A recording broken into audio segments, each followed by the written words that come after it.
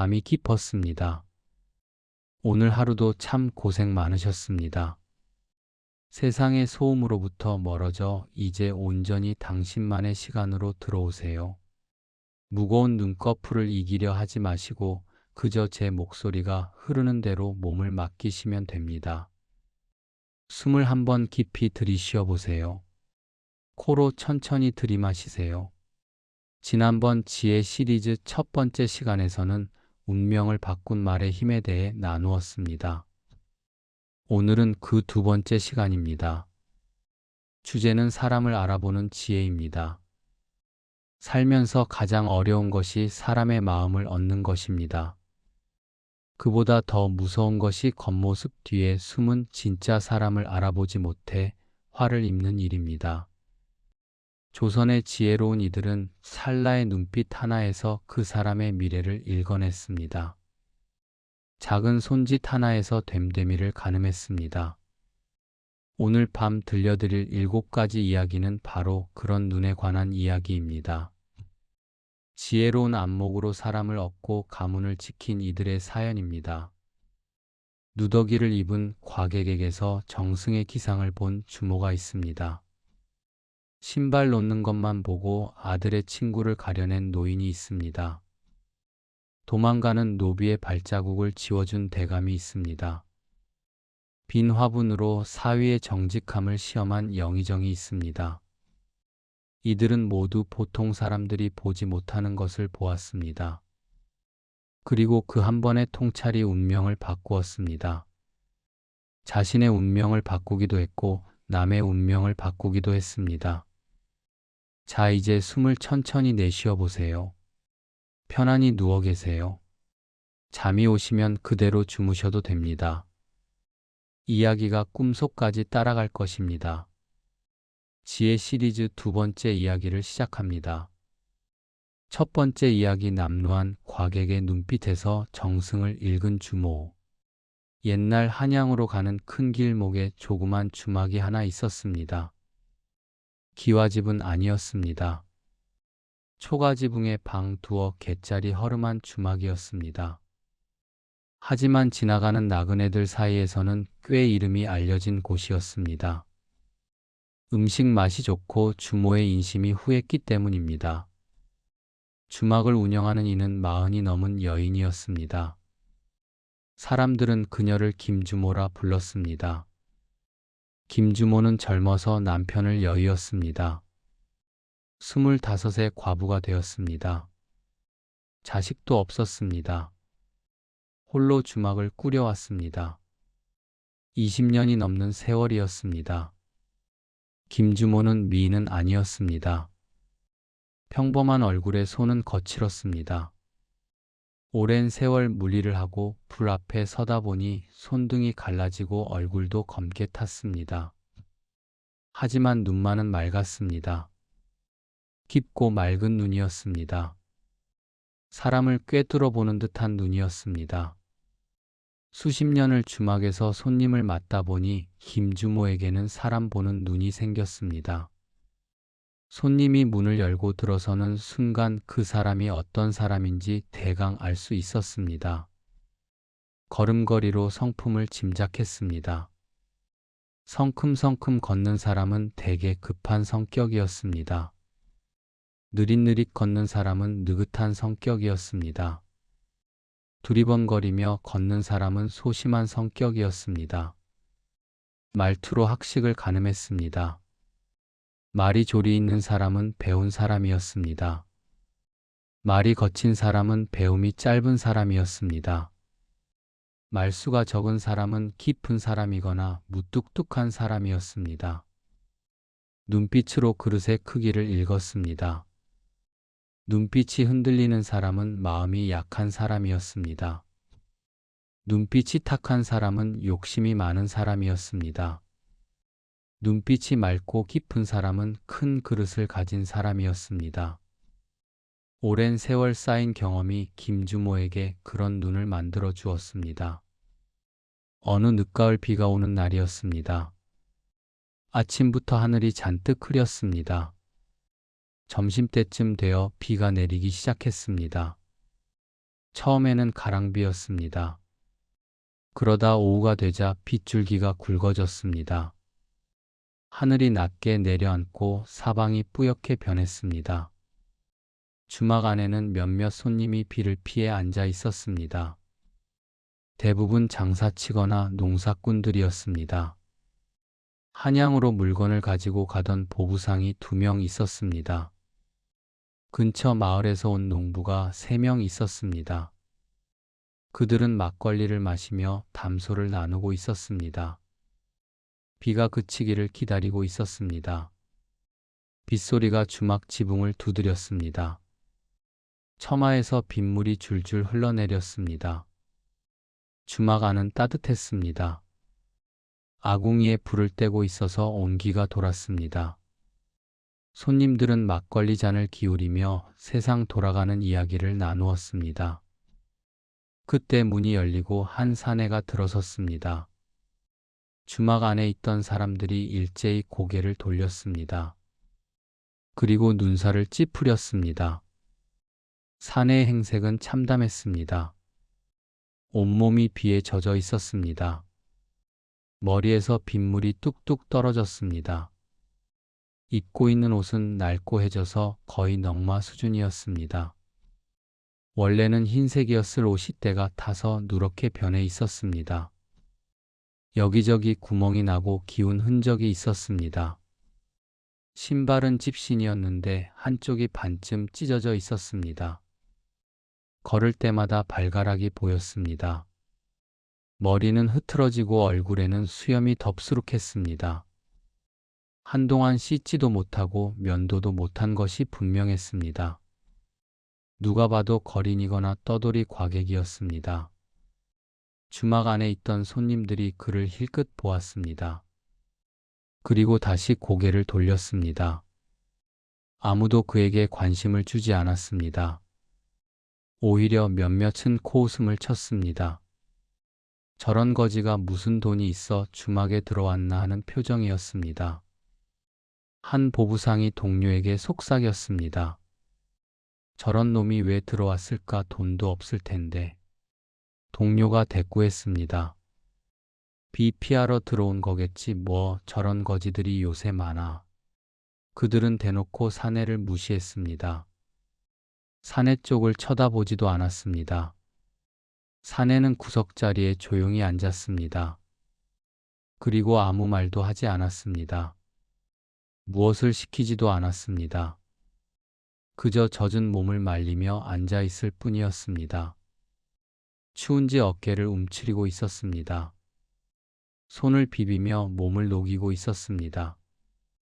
김주모는 부엌에서 나와 손님들에게 술을 따라 주고 있었습니다. 그러다 구석에 앉은 사내를 보았습니다. 처음에는 다른 손님들처럼 별 관심이 없었습니다. 또 한 명의 떠돌이구나 하고 생각했습니다. 하지만 무심코 그의 얼굴을 보다가 눈을 보았습니다. 그 순간 김주모는 가슴이 철렁했습니다. 걸음을 멈추었습니다.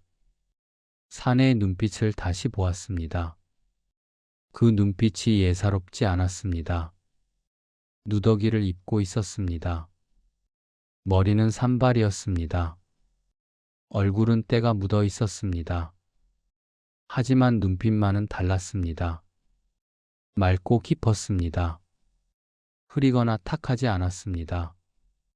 어딘가 멀리를 바라보는 것 같기도 했습니다. 무언가를 깊이 생각하는 것 같기도 했습니다. 비록 초라한 행색이었지만 눈빛에는 기계가 있었습니다. 세상에 굴하지 않는 기상이 있었습니다. 지금은 비록 이 모양이지만 원래는 이런 사람이 아니라는 것이 느껴졌습니다.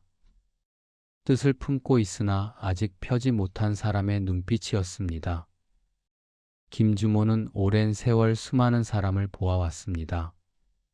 화려한 비단옷을 입고도 눈빛이 흐린 양반을 보았습니다. 그런 양반들은 대개 집안 재산으로 버티는 것이지 본인은 그릇이 작았습니다. 높은 벼슬에 있으면서도 눈빛이 탐욕으로 가득한 관리를 보았습니다. 그런 관리들은 오래가지 못했습니다. 결국 파직되거나 귀양을 갔습니다. 반면에 거친 무명옷을 입고도 눈빛이 빛나는 선비를 보았습니다. 그런 선비들은 나중에 과거에 급제하여 이름을 날렸습니다. 낮은 자리에 있으면서도 눈빛에 지조가 담긴 사람을 보았습니다. 그런 사람들은 결국 인정을 받았습니다. 김주모는 알았습니다. 사람의 값어치는 옷이 정하는 게 아니라 눈빛이 말해준다는 것을 알았습니다. 지금 눈앞에 앉아있는 저 누더기 사내의 눈빛은 보통 사람의 것이 아니었습니다. 분명히 무언가를 품고 있는 사람이었습니다. 지금은 비록 공공하지만 언젠가 크게 될 사람이라는 확신이 들었습니다. 김주모는 부엌으로 들어갔습니다.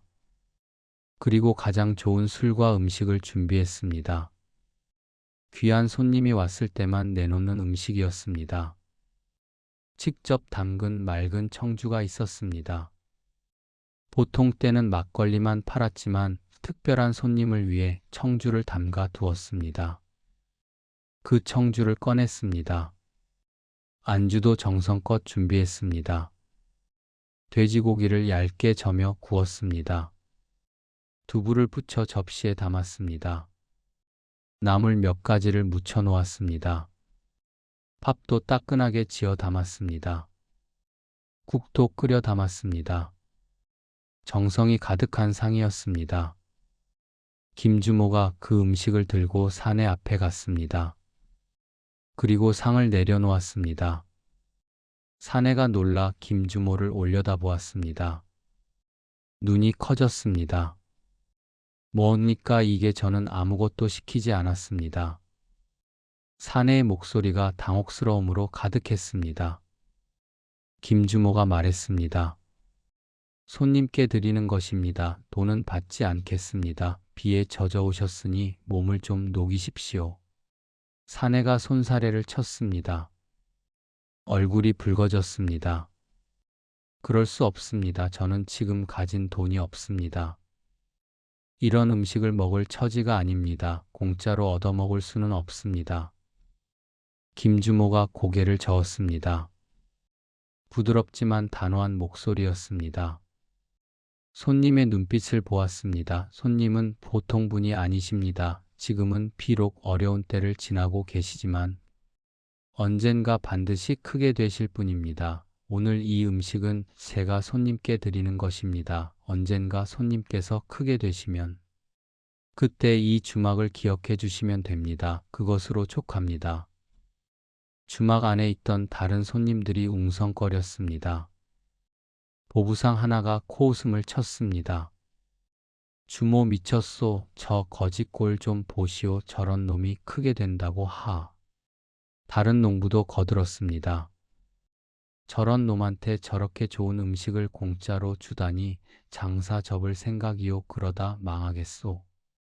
그들은 대놓고 비웃었습니다. 하지만 김주모는 개의치 않았습니다.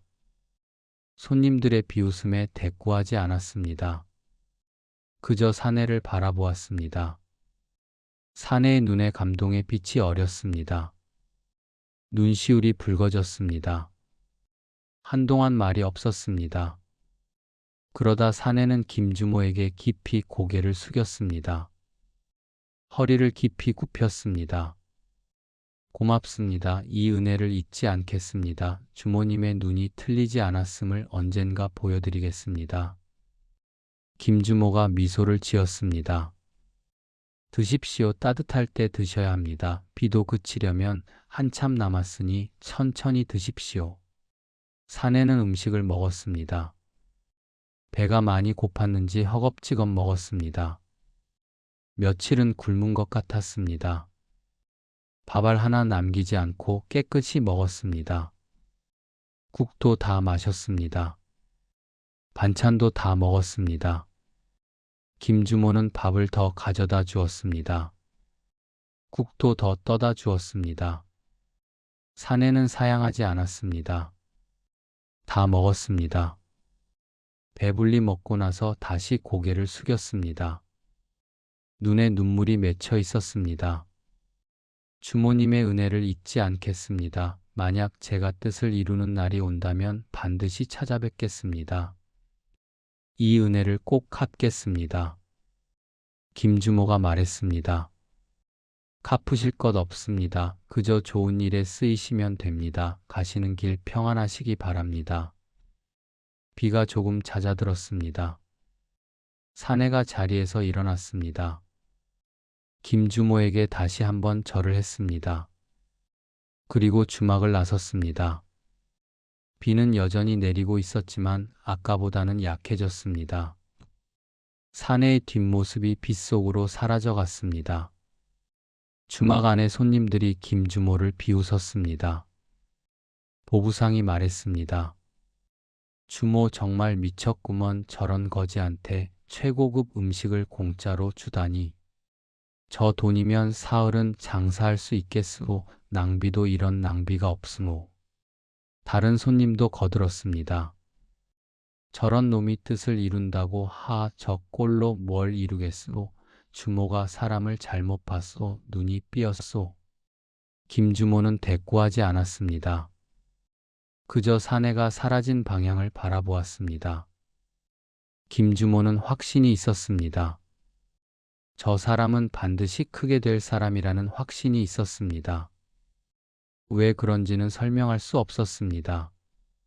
하지만 오랜 세월 사람을 보아온 눈이 그렇게 말하고 있었습니다. 세월이 흘렀습니다. 1년이 지나고 2년이 지났습니다. 3년이 지나고 4년이 지났습니다. 어느덧 10여 년이 흘렀습니다.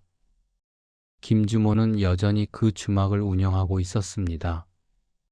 나이가 들어 50이 넘었습니다. 머리에 흰 서리가 내렸습니다. 주름도 깊어졌습니다. 하지만 여전히 건강했습니다. 여전히 손님을 맡고 있었습니다. 여전히 사람 보는 눈은 그대로였습니다. 김주모는 가끔 그날의 사내를 생각했습니다. 비 오던 날 누더기를 입고 들어섰던 젊은 사내를 생각했습니다. 지금쯤 어디서 무엇을 하고 있을까 궁금했습니다. 뜻을 이루었을까 아니면 아직도 떠돌고 있을까 생각했습니다. 그 맑고 깊던 눈빛이 눈에 선했습니다. 어느 날이었습니다. 평범한 날이었습니다. 점심때가 지나고 오후가 되었습니다. 손님이 별로 없는 한가한 시간이었습니다. 김주모는 부엌에서 저녁 준비를 하고 있었습니다. 그때 밖에서 말발굽 소리가 들렸습니다.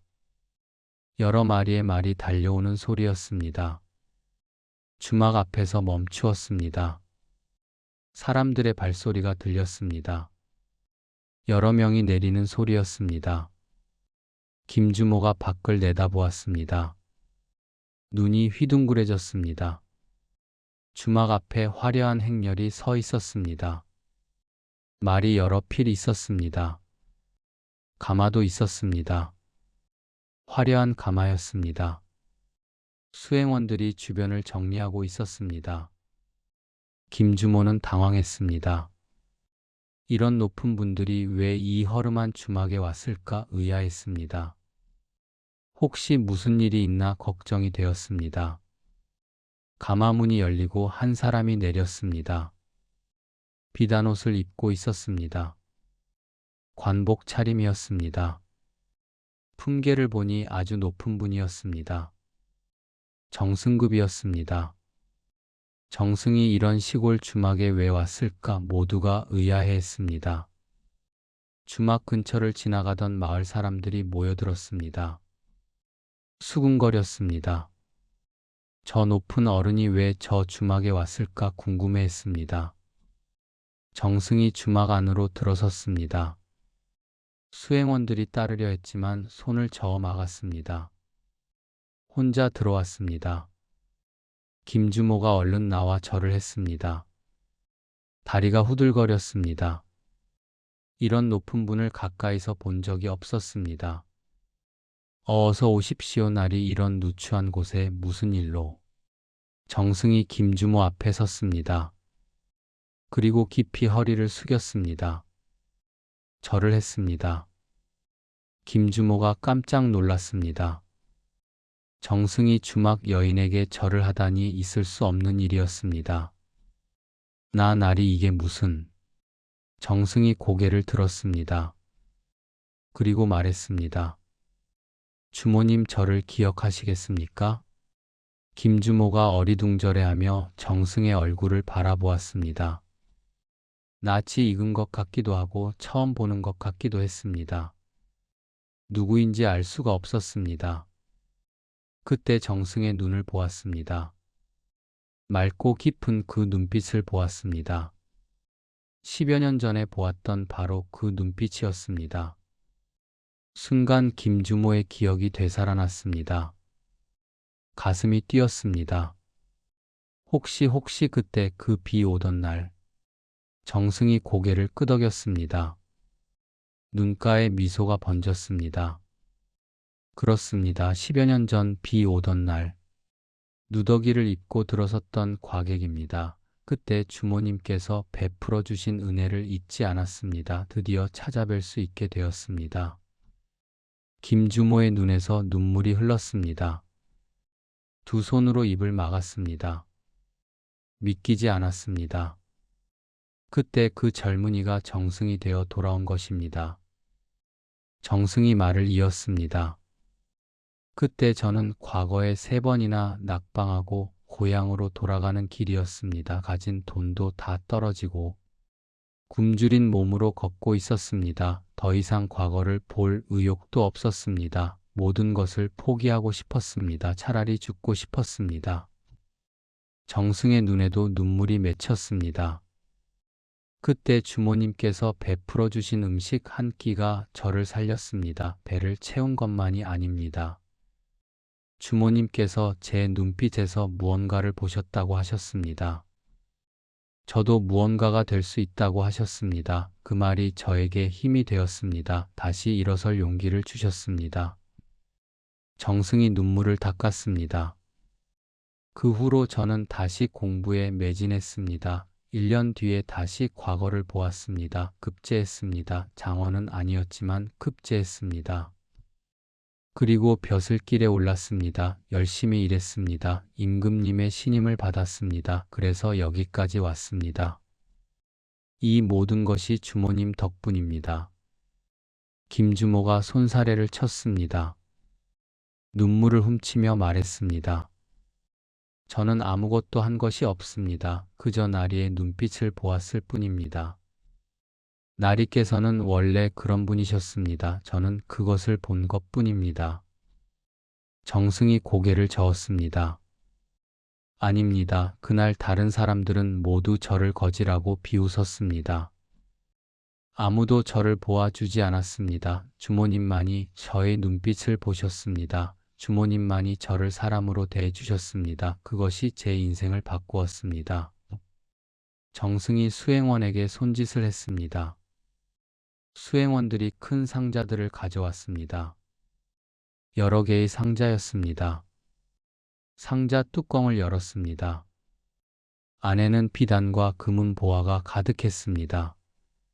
쌀도 여러 가마니 있었습니다. 이것은 그때의 은혜에 대한 보답입니다. 그리고 이 주막이 있는 땅은 제가 사서 주모님께 드리겠습니다. 앞으로 세금 걱정 없이 장사하십시오. 불편한 것이 있으면 무엇이든 말씀해 주십시오. 제가 다 해결해 드리겠습니다. 김주모가 무릎을 꿇고 절을 했습니다. 눈물이 비 오듯 흘렀습니다. 이런 것까지 받을 수 없습니다. 그때 저는 그저 마음이 시키는 대로 했을 뿐입니다. 보답을 바라고 한 것이 아닙니다. 정승이 김주모를 일으켜 세웠습니다. 알고 있습니다. 주모님께서 보답을 바라지 않으셨다는 것을 알고 있습니다. 하지만 제가 드리고 싶은 것입니다. 이것은 보답이 아니라 감사입니다. 받아주십시오. 정승은 그날 주막에서 저녁을 먹었습니다. 김주모가 직접 음식을 차려드렸습니다. 10여 년 전 그날처럼 정성껏 음식을 만들었습니다. 손이 떨렸습니다. 감격 때문이었습니다.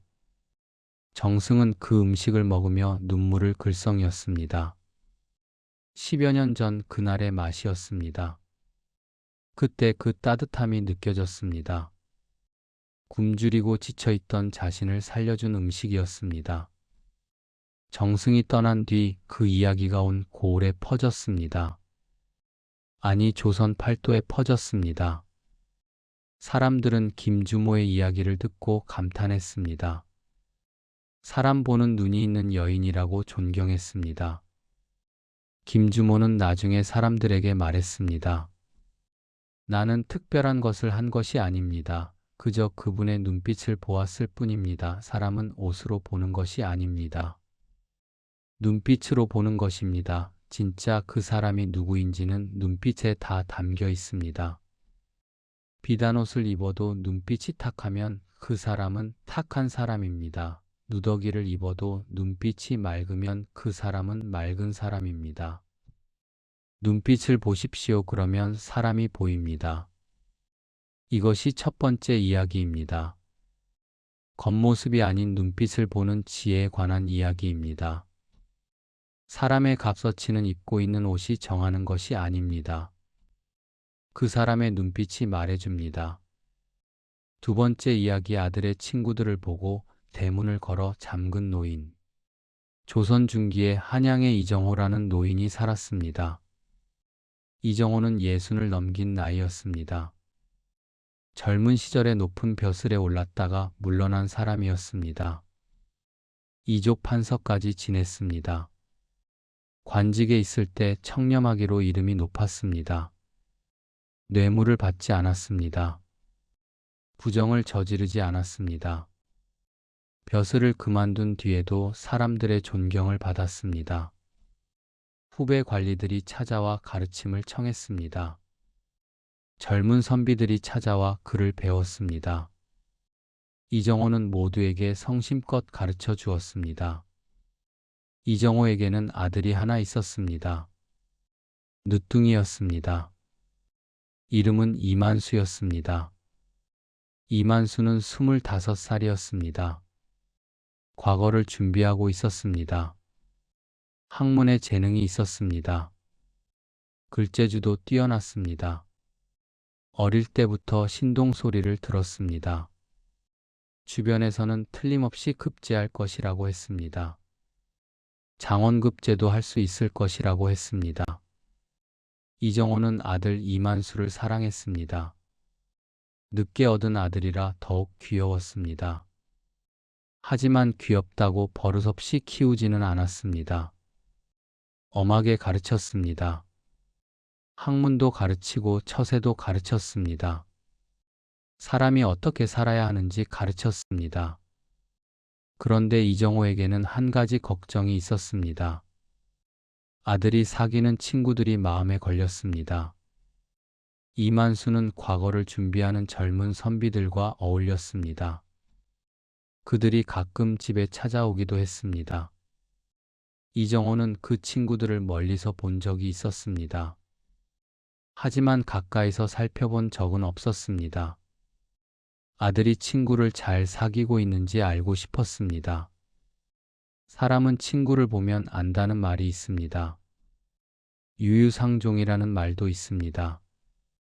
그 사람이 어떤 친구를 사귀는지 보면 그 사람을 알 수 있습니다. 좋은 친구를 사귀면 좋은 영향을 받습니다. 나쁜 친구를 사귀면 나쁜 영향을 받습니다. 친구는 그만큼 중요합니다. 이정호는 아들의 친구들이 궁금했습니다. 어떤 사람들인지 직접 보고 싶었습니다. 제대로 살펴보고 싶었습니다. 어느 날 이만수가 아버지께 말했습니다. 아버지, 내일 제 벗들이 집에 옵니다. 함께 공부도 하고 시도 짓기로 했습니다. 괜찮겠습니까? 이정호가 고개를 끄덕였습니다. 그리하거라. 마침 너의 벗들이 어떤 사람들인지 보고 싶었다. 내가 직접 맞이하마. 이만수가 기뻐했습니다. 감사합니다. 아버지, 제 벗들은 모두 훌륭한 사람들입니다. 아버지도 마음에 드실 것입니다. 다음 날이 되었습니다. 오전에 이만수의 친구들이 찾아왔습니다. 모두 6명이었습니다. 다들 과거를 준비하는 젊은 선비들이었습니다. 이만수와 비슷한 나이였습니다. 20 초반부터 20 후반까지였습니다. 화려한 옷을 입은 사람도 있었습니다.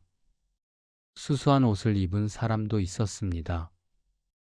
이름 있는 집안의 자제도 있었습니다. 그렇지 않은 사람도 있었습니다. 다양한 사람들이었습니다. 이정호는 사랑채에 앉아 있었습니다. 창문을 살짝 열어두었습니다. 창문 틈으로 밖을 내다볼 수 있었습니다. 대문에서 마루까지 오는 길이 보였습니다. 이정호는 그 자리에서 친구들이 들어오는 것을 지켜보기로 했습니다. 첫 번째 친구가 대문을 들어섰습니다. 화려한 비단옷을 입고 있었습니다. 집안이 부유한 것이 분명했습니다. 얼굴에 자신감이 넘쳤습니다. 아니, 자신감이 아니라 거만함이었습니다. 그가 마당을 지나 마루 앞에 섰습니다. 신발을 벗었습니다. 신발을 아무렇게나 툭 던지듯 벗었습니다. 한쪽 신발은 마루 밑으로 굴러갔습니다. 다른 쪽 신발은 엉뚱한 곳에 나뒹굴었습니다. 그는 신경도 쓰지 않았습니다. 그냥 마루에 올라갔습니다. 이정호가 고개를 저었습니다. 신발 벗는 것 하나에도 그 사람의 됨됨이가 드러납니다. 물건을 함부로 다루는 사람은 사람도 함부로 다룹니다. 정리하지 않는 사람은 일도 정리하지 못합니다. 이정호는 첫 번째 친구에게 좋은 인상을 받지 못했습니다. 두 번째 친구가 들어왔습니다. 수수한 옷을 입고 있었습니다. 얼굴은 잘생긴 편이었습니다. 그가 마루 앞에서 신발을 벗었습니다. 신발을 발로 밀어 치웠습니다. 손으로 정리하지 않았습니다. 발로 대충 밀어놓고 마루에 올랐습니다. 신발 코가 이상한 방향을 향하고 있었습니다. 신발을 벗을 때는 신발 코가 바깥쪽을 향하게 벗어야 합니다. 그래야 나중에 신을 때 편합니다. 그리고 손으로 정리하는 것이 예의입니다. 두 번째 친구는 그런 예의가 없었습니다. 세 번째 친구가 들어왔습니다. 그 역시 신발을 벗고 나서 아예 뒤도 돌아보지 않았습니다. 벗은 신발이 어떻게 되든 관심이 없는 듯 했습니다. 빨리 안으로 들어가려고만 했습니다. 네 번째 친구는 조금 나았습니다. 신발을 가지런히 벗기는 했습니다. 손으로 정리했습니다. 신발 코도 바깥쪽을 향하게 놓았습니다. 하지만 자기 신발만 정리했습니다. 앞서 온 친구들의 신발이 어지럽게 널려 있었습니다. 그는 그것을 보고도 못 본 채 했습니다. 자기 신발만 정리하고 들어갔습니다. 다섯 번째 친구도 비슷했습니다. 자기 신발은 정리했지만 남의 신발에는 관심이 없었습니다. 빨리 안으로 들어가려고만 했습니다. 이정호는 고개를 저었습니다. 5명 모두 마음에 들지 않았습니다. 신발 벗는 것 하나에 그 사람이 다 보입니다. 물건을 함부로 다루는 사람은 사람도 함부로 대합니다.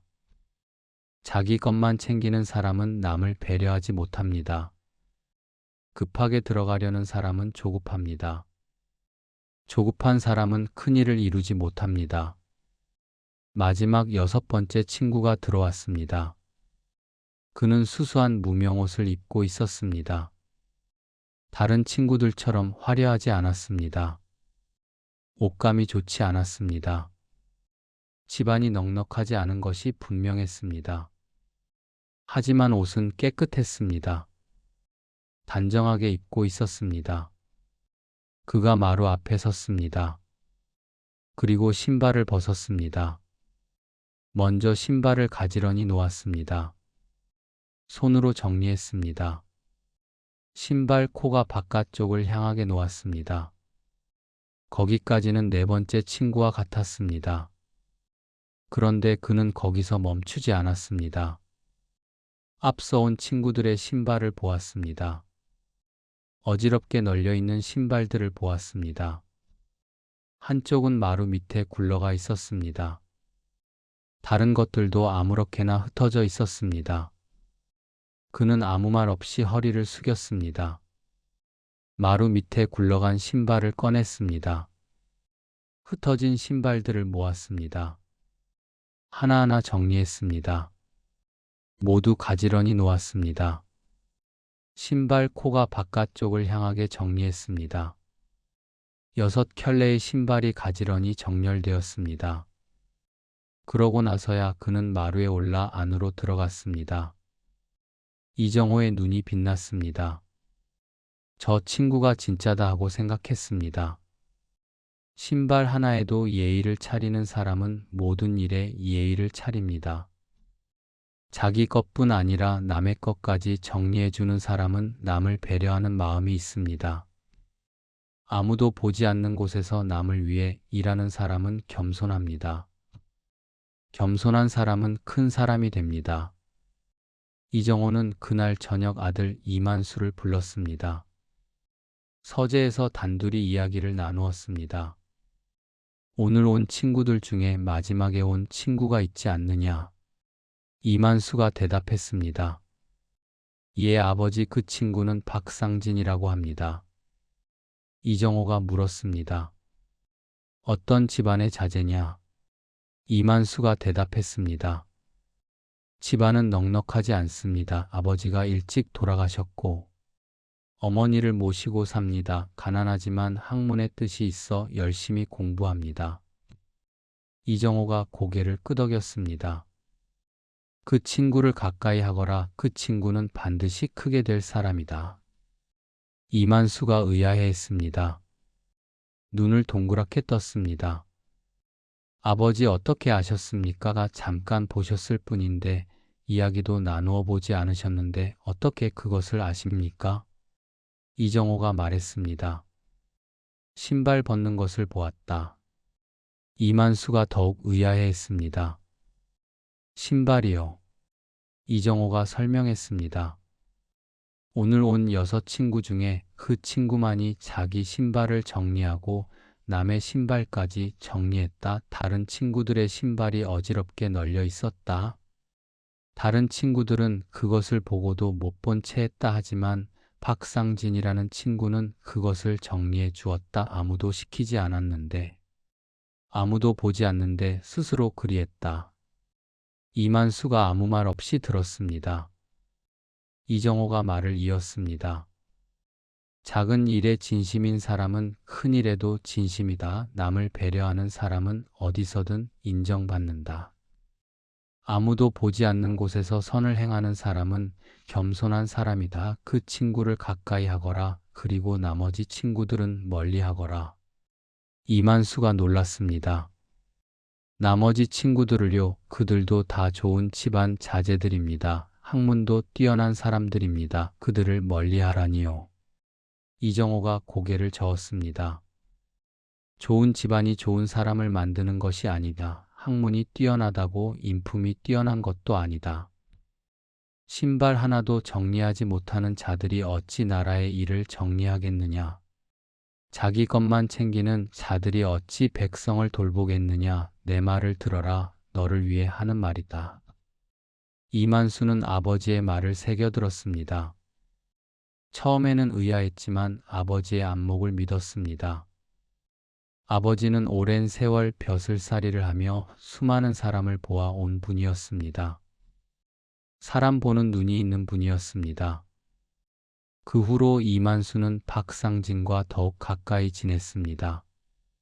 함께 공부했습니다. 함께 시를 지었습니다. 서로의 글을 봐주었습니다. 진정한 벗이 되었습니다.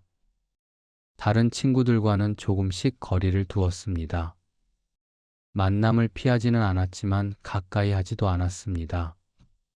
그들이 찾아오면 짧게 만나고 헤어졌습니다. 깊이 사귀지 않았습니다. 세월이 흘러 과거 시험이 있었습니다. 이만수와 박상진이 함께 시험을 보았습니다. 다른 친구들도 시험을 보았습니다. 결과가 나왔습니다. 박상진이 장원을 했습니다. 1등이었습니다. 임금이 직접 박상진을 칭찬했습니다. 문장이 뛰어나고 식견이 깊다고 칭찬했습니다. 이만수도 급제했습니다. 높은 등수는 아니었지만 합격했습니다. 아버지 이정호가 기뻐했습니다. 그런데 다른 친구들은 어떻게 되었을까요? 첫 번째 친구는 낙방했습니다. 이후에도 몇 번 더 시험을 보았지만 끝내 급제하지 못했습니다. 집안 재산으로 편하게 살다가 결국 탕진하고 몰락했습니다. 두 번째 친구는 급제하기는 했습니다. 하지만 벼슬에 오른 뒤 뇌물을 받다가 발각되었습니다. 파직되고 귀양을 갔습니다. 세 번째 친구도 급제했습니다. 하지만 조급한 성격 때문에 윗사람과 자주 충돌했습니다. 결국 미움을 사서 좌천되었습니다. 한직을 전전하다가 벼슬을 버리고 낙향했습니다. 네 번째 친구와 다섯 번째 친구도 비슷한 말로를 걸었습니다. 하나는 권력 다툼에 휘말려 몰락했습니다. 다른 하나는 능력은 있었지만 인망이 없어 승진하지 못했습니다. 남을 배려할 줄 몰랐기 때문입니다. 반면에 박상진은 승승장구했습니다. 벼슬이 높아지고 임금의 신임을 받았습니다. 청렴하고 유능했습니다. 백성을 사랑하고 약자를 돌보았습니다. 정승의 자리까지 올랐습니다. 박상진이 높은 자리에 오르자 옛 친구들이 찾아왔습니다. 신발도 제대로 벗지 못했던 그 친구들이 찾아왔습니다. 그들은 박상진에게 청탁을 했습니다. 자리를 달라고 했습니다. 벼슬을 달라고 했습니다. 뒷문으로 들어오려 했습니다. 박상진은 그들의 청탁을 들어주지 않았습니다. 정중하게 거절했습니다. 옛 친구라고 해서 부정을 저지를 수는 없었습니다. 하지만 이만수에게는 달랐습니다. 이만수가 어려운 일을 당하면 박상진이 나서서 도와주었습니다. 이만수가 부탁하지 않아도 먼저 알아서 챙겨주었습니다. 이만수의 아들이 과거를 볼 때 격려해 주었습니다. 이만수가 병이 들었을 때 명의를 보내주었습니다. 진정한 벗이었습니다. 나중에 이만수가 박상진에게 물었습니다. 자네는 왜 나에게만 이리 잘해주는가? 다른 친구들에게는 그리하지 않으면서 무엇이 다른가? 박상진이 웃으며 말했습니다. 자네 아버님의 가르침이네. 이만수가 놀랐습니다. 아버지께서요. 박상진이 말했습니다. 예전에 내가 자네 집에 갔을 때 신발을 정리한 적이 있네. 다른 친구들의 신발이 어지러이 널려 있어서 정리해 주었네. 그것을 자네 아버님께서 보셨다더군. 그 후로 자네 아버님께서 나를 귀하게 봐주셨다는 이야기를 들었네. 이만수가 물었습니다. 그것을 알고 있었는가? 박상진이 말했습니다. 나중에 알았네. 자네가 나와 가까이 지내려 한다는 것을 느꼈네. 다른 친구들과는 거리를 두면서 나와는 더 친하게 지내려 하더군. 이상해서 물었더니 자네 아버님의 말씀 때문이라 하더군. 신발 정리한 것을 보시고 나를 인정해 주셨다고 하더군. 박상진이 눈을 빛냈습니다. 그것이 나를 바꾸었네. 자네 아버님께서 작은 일에서 나를 보셨다는 것이 큰 깨달음이었네. 작은 일에도 진심을 다하자, 남을 배려하자, 그렇게 살아왔네.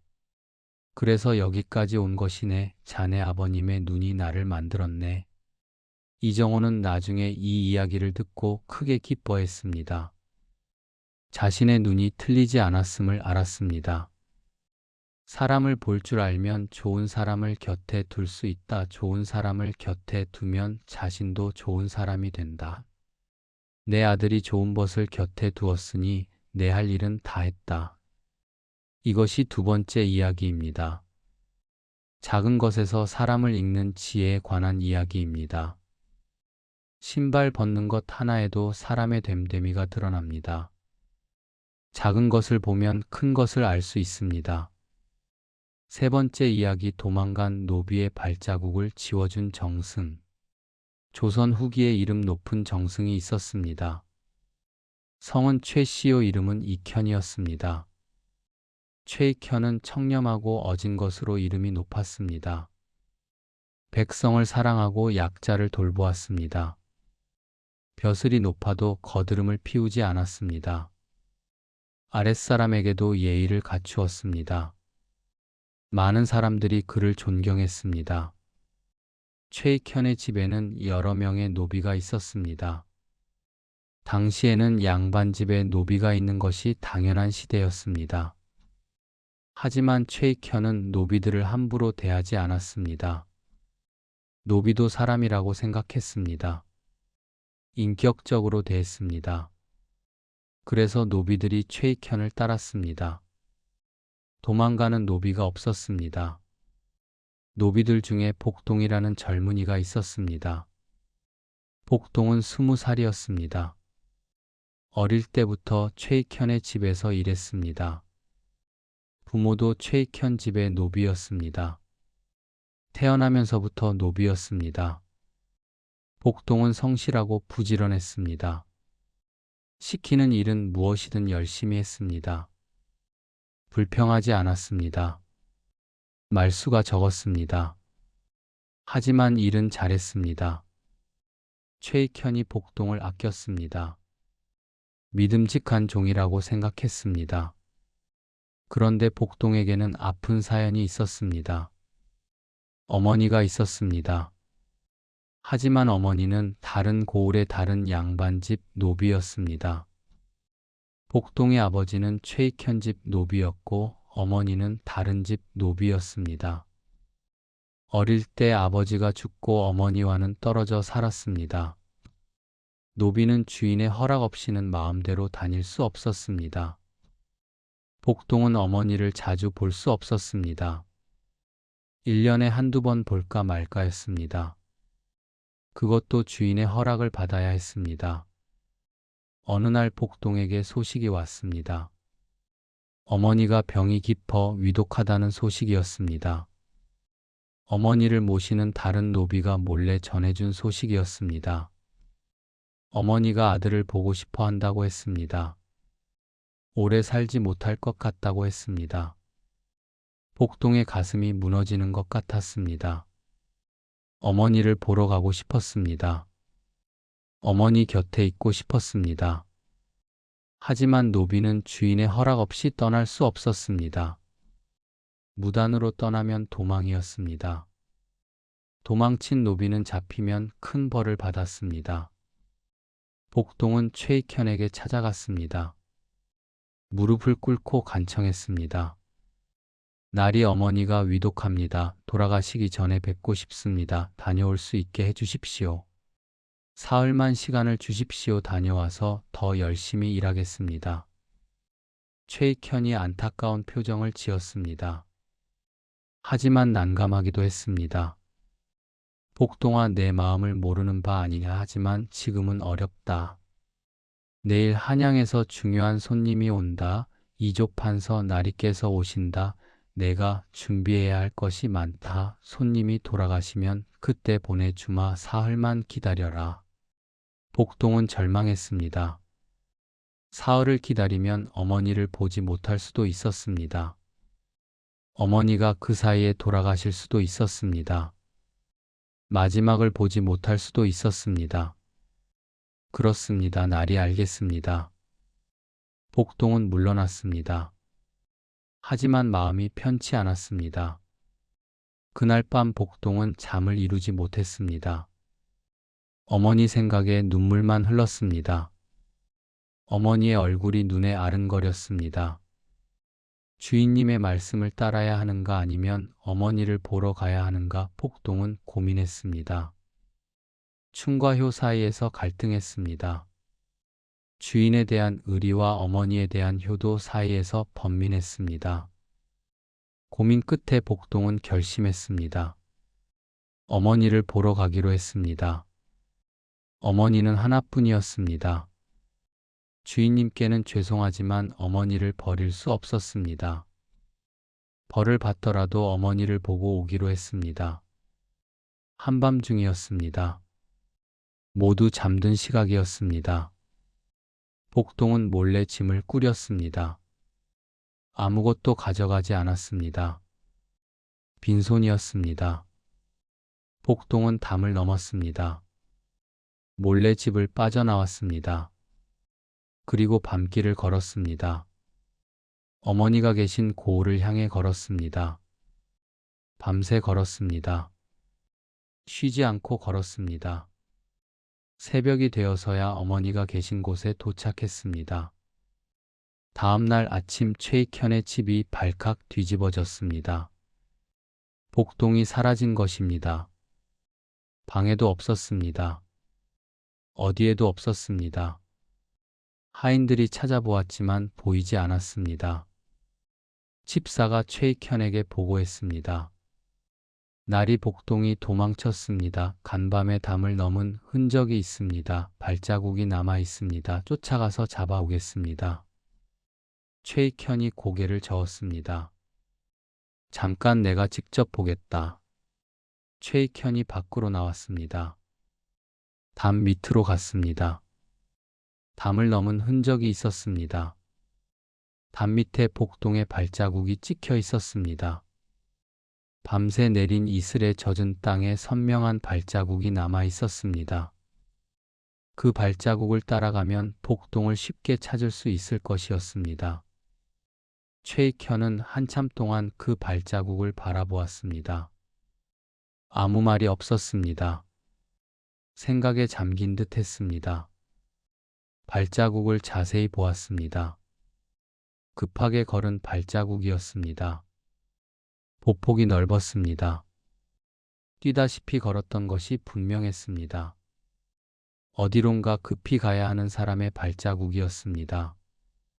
최익현이 무언가를 결심한 듯 고개를 끄덕였습니다. 그리고 하인들에게 말했습니다. 모두 물러가라. 복동은 쫓지 마라. 하인들이 놀랐습니다. 집사가 말했습니다. 날이 도망친 노비를 쫓지 않으시면 어찌합니까? 다른 노비들이 봅니다. 본이 됩니다. 날이 깨서 봐주시면 다른 노비들도 도망칠 것입니다. 최익현이 고개를 저었습니다. 복동은 탐욕으로 도망친 것이 아니다. 어머니가 위독하다고 했다. 어머니를 보기 위해 도망친 것이다. 그것은 도망이 아니라 효도다. 효자를 잡아 벌 주는 것은 내가 할 일이 아니다. 집사가 여전히 난색을 표했습니다. 하지만 날이 법도가 있습니다. 도망친 노비는 벌을 받아야 합니다. 그래야 기강이 섭니다. 최익현이 단호하게 말했습니다.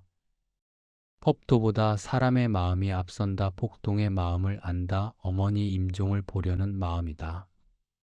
그것을 막을 수 없다. 쫓지 마라. 4명이다. 하인들이 물러갔습니다. 최익현은 혼자 담 밑에 남았습니다. 최익현은 놀라운 행동을 했습니다. 자신의 발로 복동의 발자국을 지웠습니다. 발자국 위를 밟아 흔적을 없앴습니다. 한 걸음 한 걸음 발자국을 따라가며 지웠습니다. 담 밑에서 시작해 길가까지 나아갔습니다.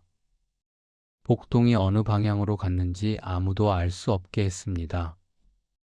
혹시라도 누군가가 쫓아가려 해도 쫓아갈 수 없게 했습니다. 발자국을 다 지우고 나서 최익현은 담 밑을 한 번 더 둘러보았습니다. 깨끗이 지워진 것을 확인했습니다. 그러고 나서 집 안으로 들어갔습니다. 며칠이 지났습니다. 중요한 손님이 왔다가 돌아갔습니다. 바쁜 일이 끝났습니다. 그래도 복동은 돌아오지 않았습니다. 하인들이 수군거렸습니다. 복동이 그냥 도망친 거 아니야? 안 돌아올 것 같아. 날이 깨서 너무 봐주신 거야. 저러다 다른 놈들도 도망치겠어. 최익현은 아무 말도 하지 않았습니다. 그저 기다렸습니다. 닷새가 지났습니다. 그때 복동이 돌아왔습니다. 먼 길을 걸어왔는지 얼굴이 초췌했습니다. 옷이 더럽혀져 있었습니다. 복동은 최익현 앞에 엎드려 울었습니다. 날이 죽을 죄를 지었습니다. 도망을 쳤습니다. 어떤 벌이든 달게 받겠습니다. 곤장을 때리셔도 팔아넘기셔도 원망하지 않겠습니다. 제가 잘못했습니다. 최익현이 물었습니다. 부드러운 목소리였습니다. 어머니는 보았느냐? 복동이 울며 대답했습니다. 예날이 어머니를 보았습니다. 어머니께서 제 손을 잡고 눈을 감으셨습니다. 제가 가지 않았으면 어머니 임종을 보지 못할 뻔했습니다. 어머니 마지막을 지켰습니다. 감사합니다. 정말 감사합니다. 최익현이 고개를 끄덕였습니다. 잘했다. 내가 한 일은 잘한 일이다. 복동이 놀라 고개를 들었습니다. 눈물로 범벅이 된 얼굴이었습니다. 날이 저를 벌하지 않으십니까?가 도망친 노비는 벌을 받아야 합니다. 기강이 무너집니다. 최익현이 말했습니다.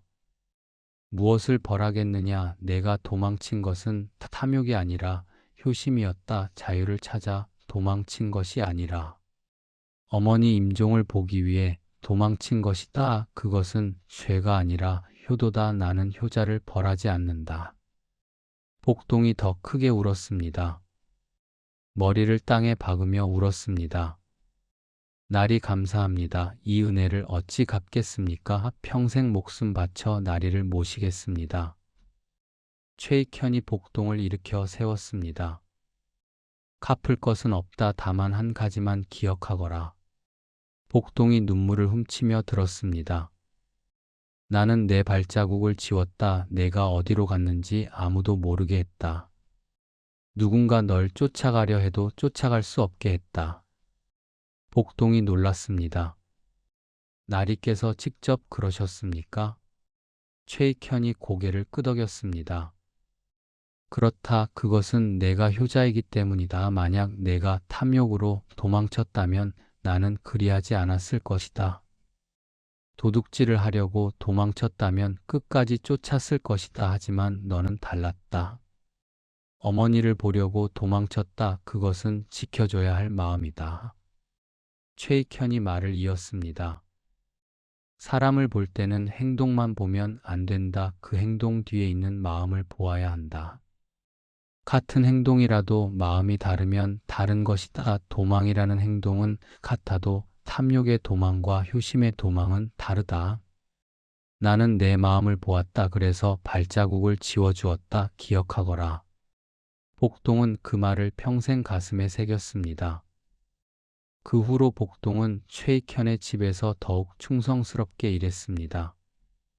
어떤 일이든 앞장서서 했습니다. 최익현이 시키지 않아도 알아서 했습니다. 자신이 받은 은혜를 갚고 싶었습니다. 최익현이 나이 들어 쇠약해졌을 때 복동이 직접 모셨습니다. 밤새 곁을 지켰습니다. 약을 다리고 간호했습니다. 최익현이 세상을 떠났을 때 복동이 상주처럼 울었습니다. 진심으로 애도했습니다. 나중에 복동의 이야기가 세상에 알려졌습니다. 사람들이 감탄했습니다. 같은 도망이라도 이유가 다르다. 탐욕의 도망과 효심의 도망은 다르다. 최정승은 그것을 보았다. 행동이 아니라 마음을 보았다. 그것이 진짜 지혜다.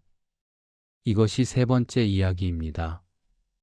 행동 뒤에 숨은 마음을 읽는 지혜에 관한 이야기입니다. 같은 행동이라도 마음이 다르면 다릅니다. 마음을 볼 줄 아는 것이 진짜 사람을 보는 눈입니다. 네 번째 이야기. 사위 후보들에게 긴 화분을 준 영의정. 조선 중기에 영의정을 지낸 분이 있었습니다. 성은 윤씨요, 이름은 두수였습니다. 윤두수는 청렴하고 지혜로운 것으로 이름이 높았습니다. 임금의 두터운 신임을 받았습니다. 나라의 큰일을 결정할 때마다 임금이 윤두수의 의견을 물었습니다. 윤두수는 사람 보는 눈이 있었습니다. 누가 충신이고 누가 간신인지 알아보았습니다. 누가 능력이 있고 누가 허풍인지 구분했습니다. 그 눈으로 좋은 인재를 천거했습니다.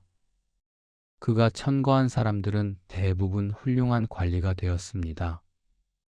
윤두수에게는 딸이 하나 있었습니다.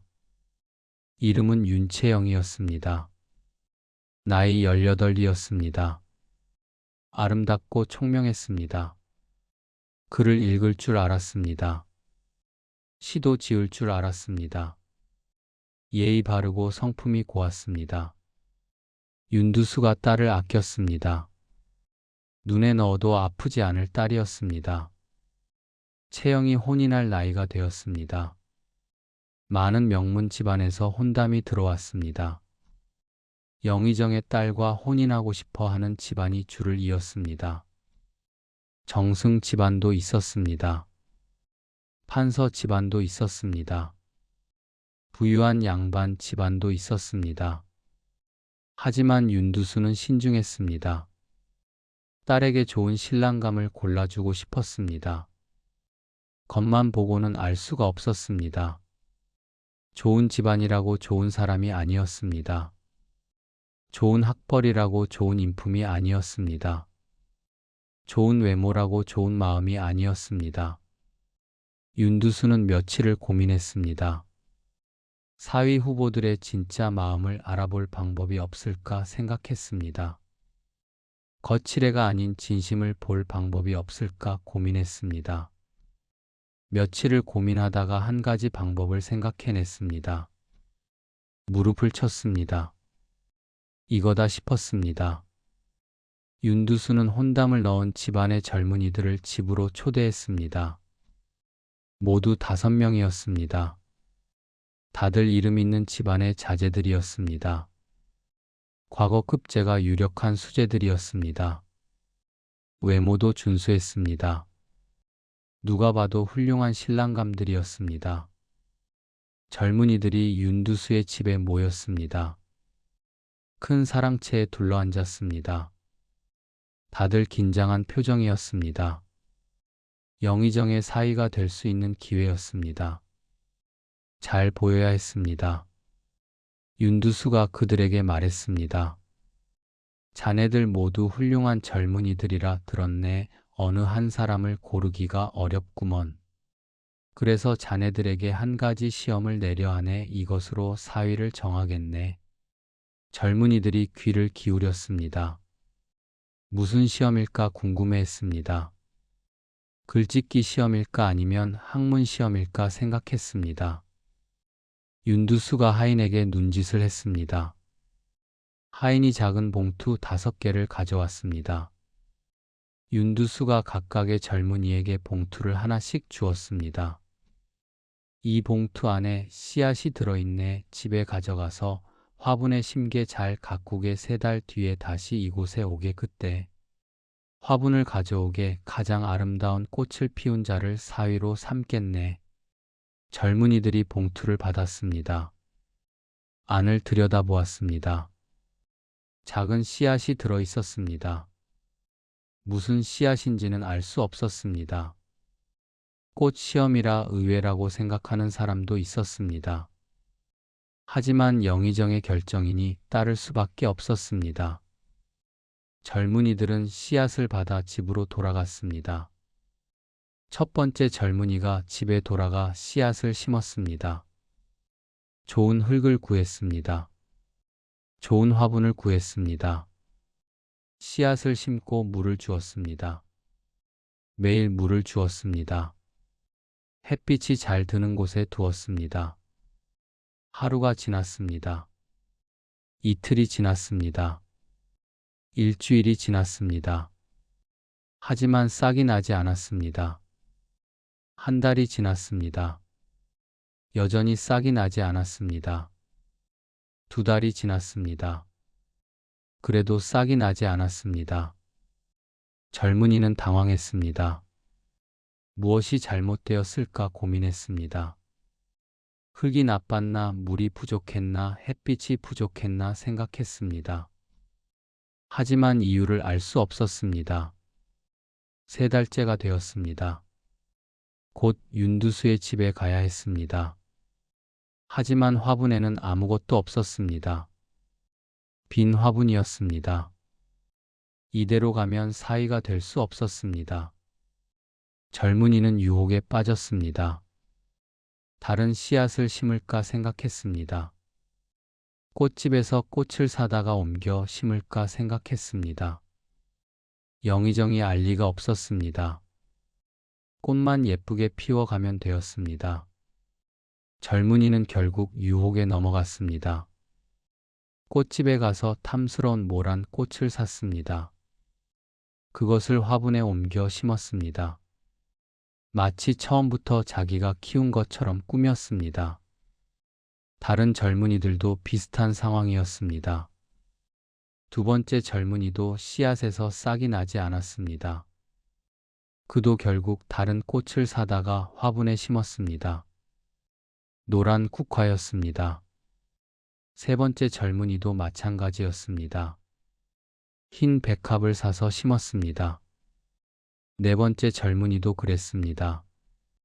보라색 난초를 사서 심었습니다. 그런데 5번째 젊은이는 달랐습니다. 그의 이름은 김상원이었습니다. 김상원도 씨앗을 심고 정성껏 가꾸었습니다. 하지만 다른 사람들처럼 싹이 나지 않았습니다. 2달이 지나도 3달이 지나도 아무것도 나지 않았습니다. 김상원도 유혹을 느꼈습니다. 다른 꽃을 사다 심을까 생각했습니다. 그러면 사이가 될 수 있을 것이었습니다. 영의정의 사이가 되면 출세길이 열렸습니다. 하지만 김상원은 고개를 저었습니다. 그것은 거짓이었습니다. 영의정께서 주신 씨앗에서 꽃이 피지 않았다는 것이 사실이었습니다. 사실을 숨기고 거짓으로 꾸미는 것은 옳지 않았습니다. 김상원은 결심했습니다. 빈 화분을 그대로 가져가기로 했습니다. 사이가 되지 못하더라도 거짓은 하지 않기로 했습니다. 정직하게 가기로 했습니다. 3달이 지났습니다. 약속한 날이 되었습니다. 5 젊은이가 화분을 들고 윤두수의 집을 찾았습니다. 첫 번째 젊은이가 화분을 내밀었습니다. 화분 안에 탐스러운 모란이 피어 있었습니다. 붉은 꽃잎이 화려했습니다. 젊은이가 자랑스럽게 말했습니다. 영감 보십시오. 밤낮으로 정성껏 가꾸어 이렇게 아름다운 꽃을 피웠습니다. 저의 정성이 담긴 꽃입니다. 2번째 젊은이도 화분을 내밀었습니다. 노란 국화가 피어 있었습니다. 그도 자랑스럽게 말했습니다. 저도 열심히 가꾸었습니다. 이 국화는 제 정성의 결과입니다. 3번째 젊은이의 화분에는 흰 백합이 피어 있었습니다. 4번째 젊은이의 화분에는 보라색 난초가 피어 있었습니다.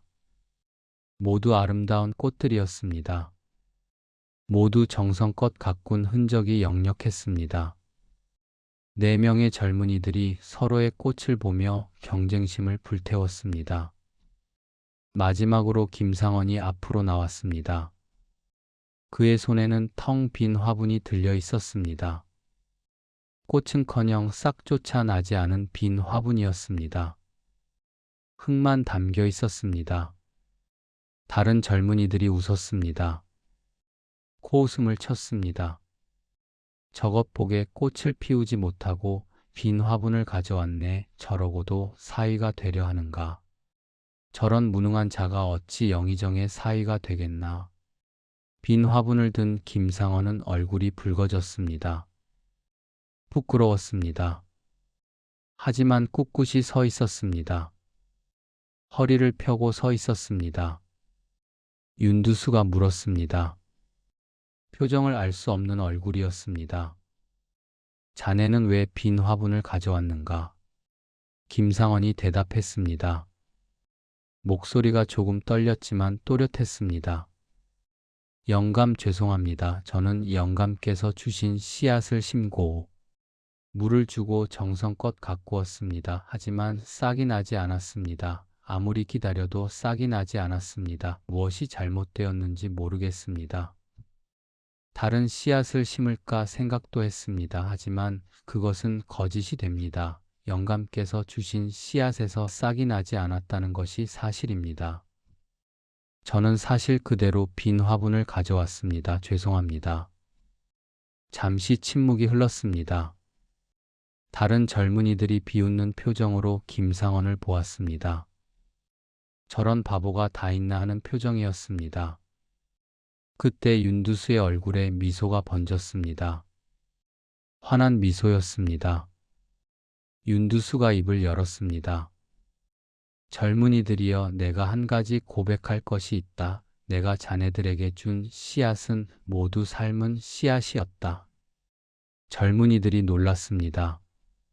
눈이 휘둥그레졌습니다. 삶은 씨앗이요. 윤두수가 고개를 끄덕였습니다. 그렇다, 삶은 씨앗은 싹이 나지 않는다. 절대로 꽃을 피울 수 없다. 아무리 물을 주고 정성을 들여도 싹이 나지 않는다. 죽은 씨앗이기 때문이다. 윤두수가 4명의 젊은이를 바라보았습니다. 그런데 4명은 꽃을 가져왔다. 아름다운 꽃을 가져왔다. 그것은 내가 준 씨앗에서 핀 꽃이 아니다. 다른 씨앗을 심은 것이다. 꽃집에서 꽃을 사다가 옮겨 심은 것이다. 그것은 거짓이다. 나를 속인 것이다. 4명의 젊은이들 얼굴이 새하얗게 되었습니다. 식은땀이 흘렀습니다. 아무 말도 하지 못했습니다. 윤두수가 말을 이었습니다. 나는 꽃을 보려 한 것이 아니다. 사람을 보려 한 것이다. 정직함을 보려 한 것이다. 꽃을 피우는 능력이 아니라 진실을 말하는 용기를 보려 한 것이다. 윤두수가 김상원을 바라보았습니다.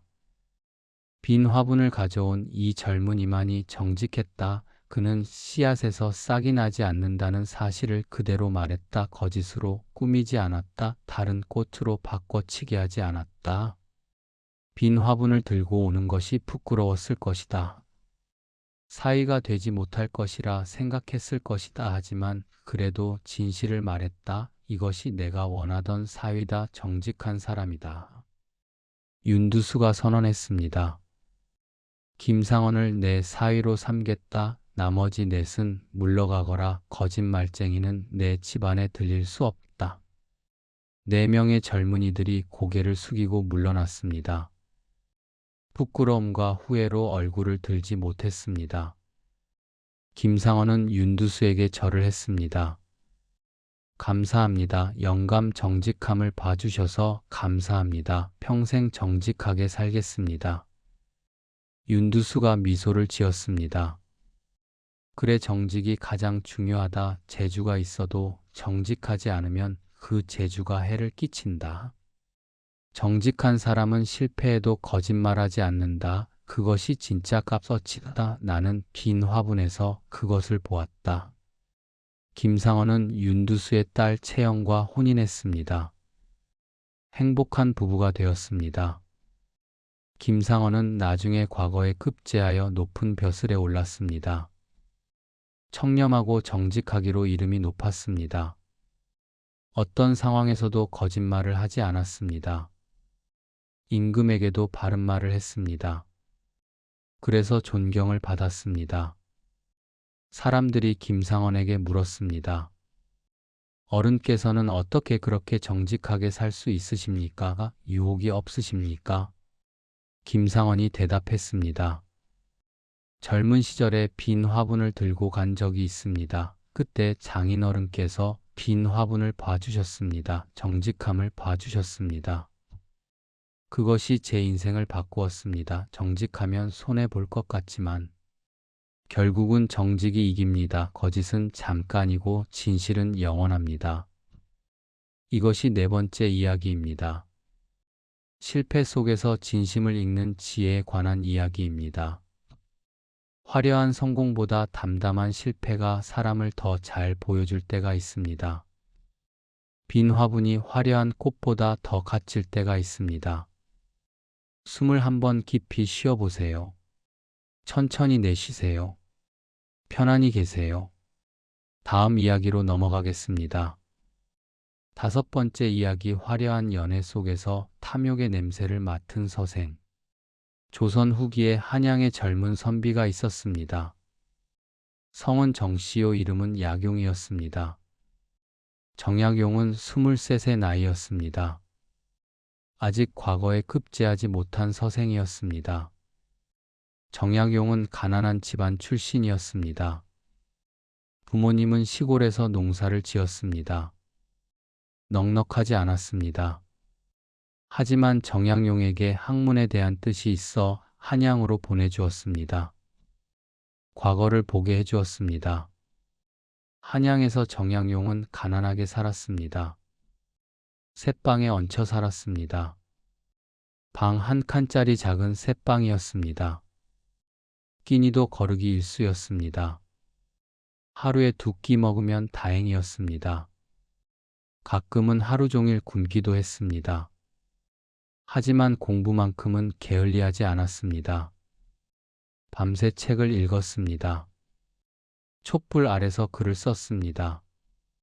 언젠가 과거에 급제하여 부모님의 은혜에 보답하리라 다짐했습니다.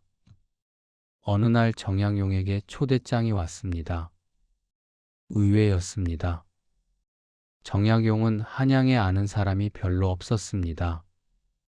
초대장을 보낼 만한 사람이 없었습니다. 초대장을 열어보았습니다.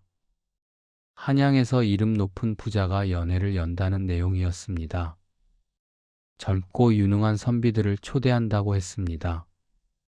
음식과 술이 푸짐하게 차려질 것이라고 했습니다.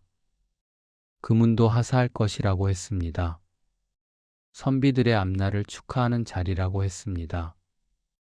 정약용은 의아했습니다. 자신은 이름 없는 가난한 선비였습니다. 과거에 급제한 것도 아니었습니다. 아무런 명성도 없었습니다.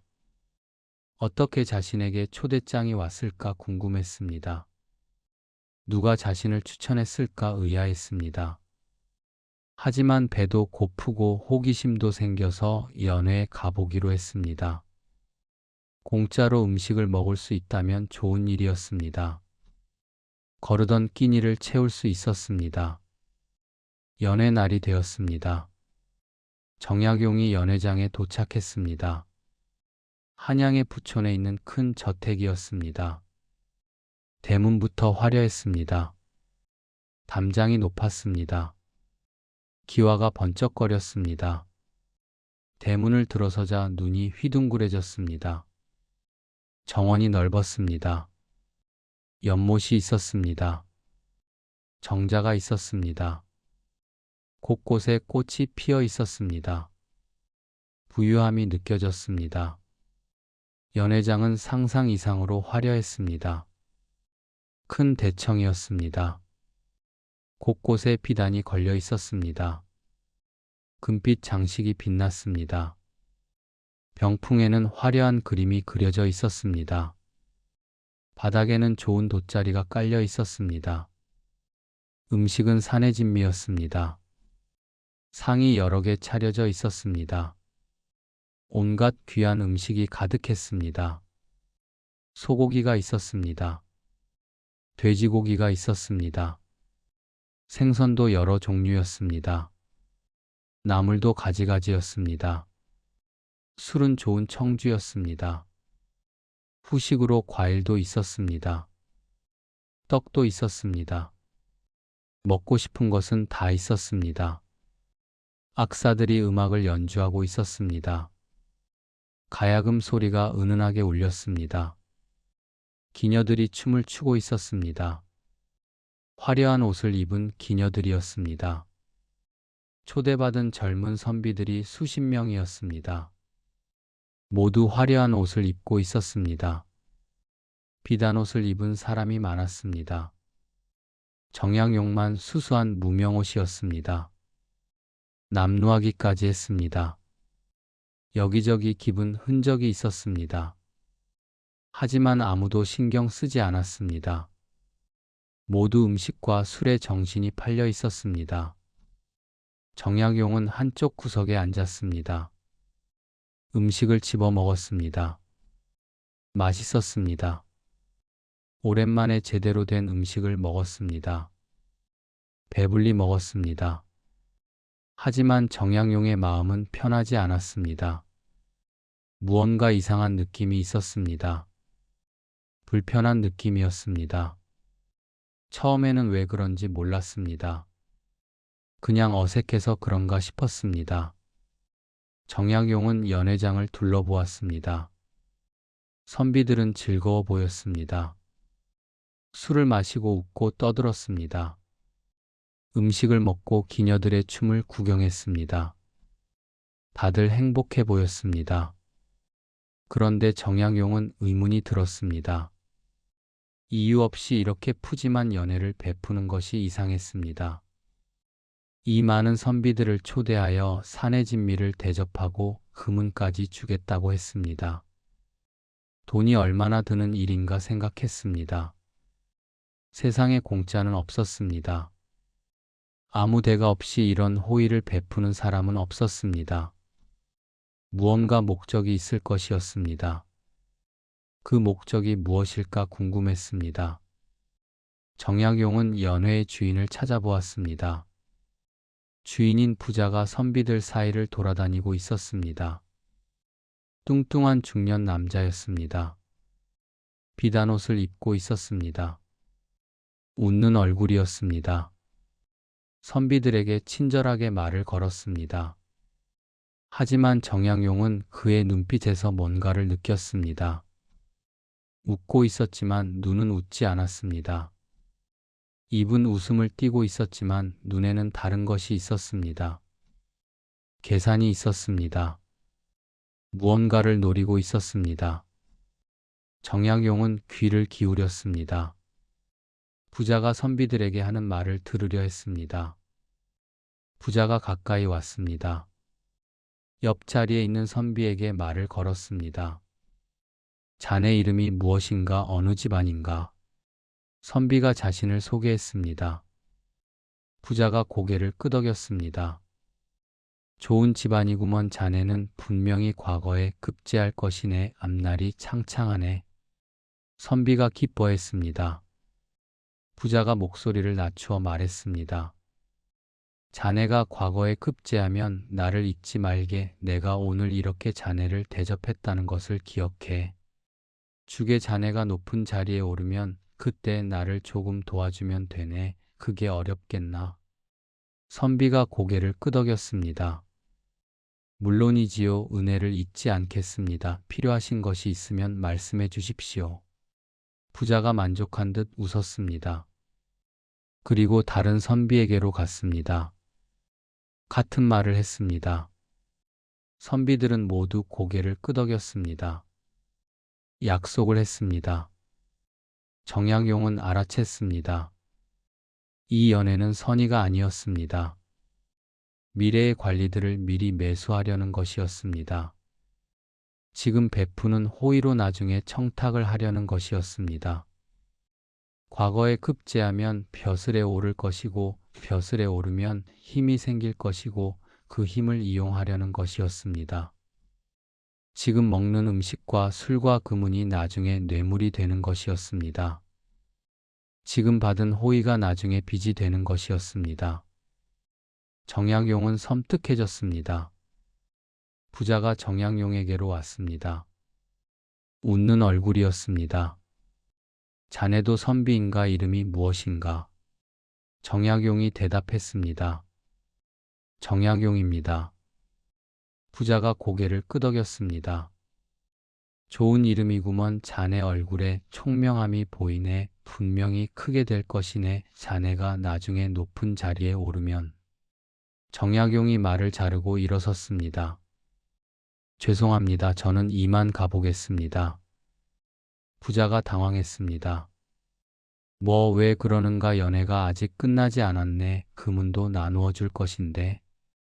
정약용이 고개를 숙여 인사했습니다.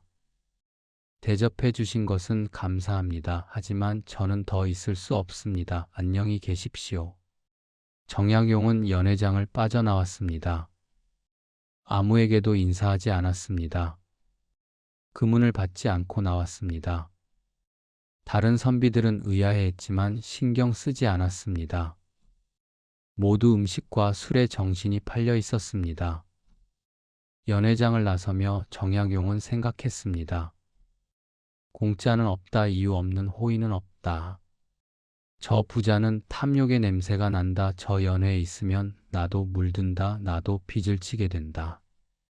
나중에 벼슬에 오르면 청탁을 들어줘야 한다. 부정을 저질러야 한다. 그렇게 되면 끝이다. 빠져나와야 한다. 정약용은 그 길로 새방으로 돌아왔습니다.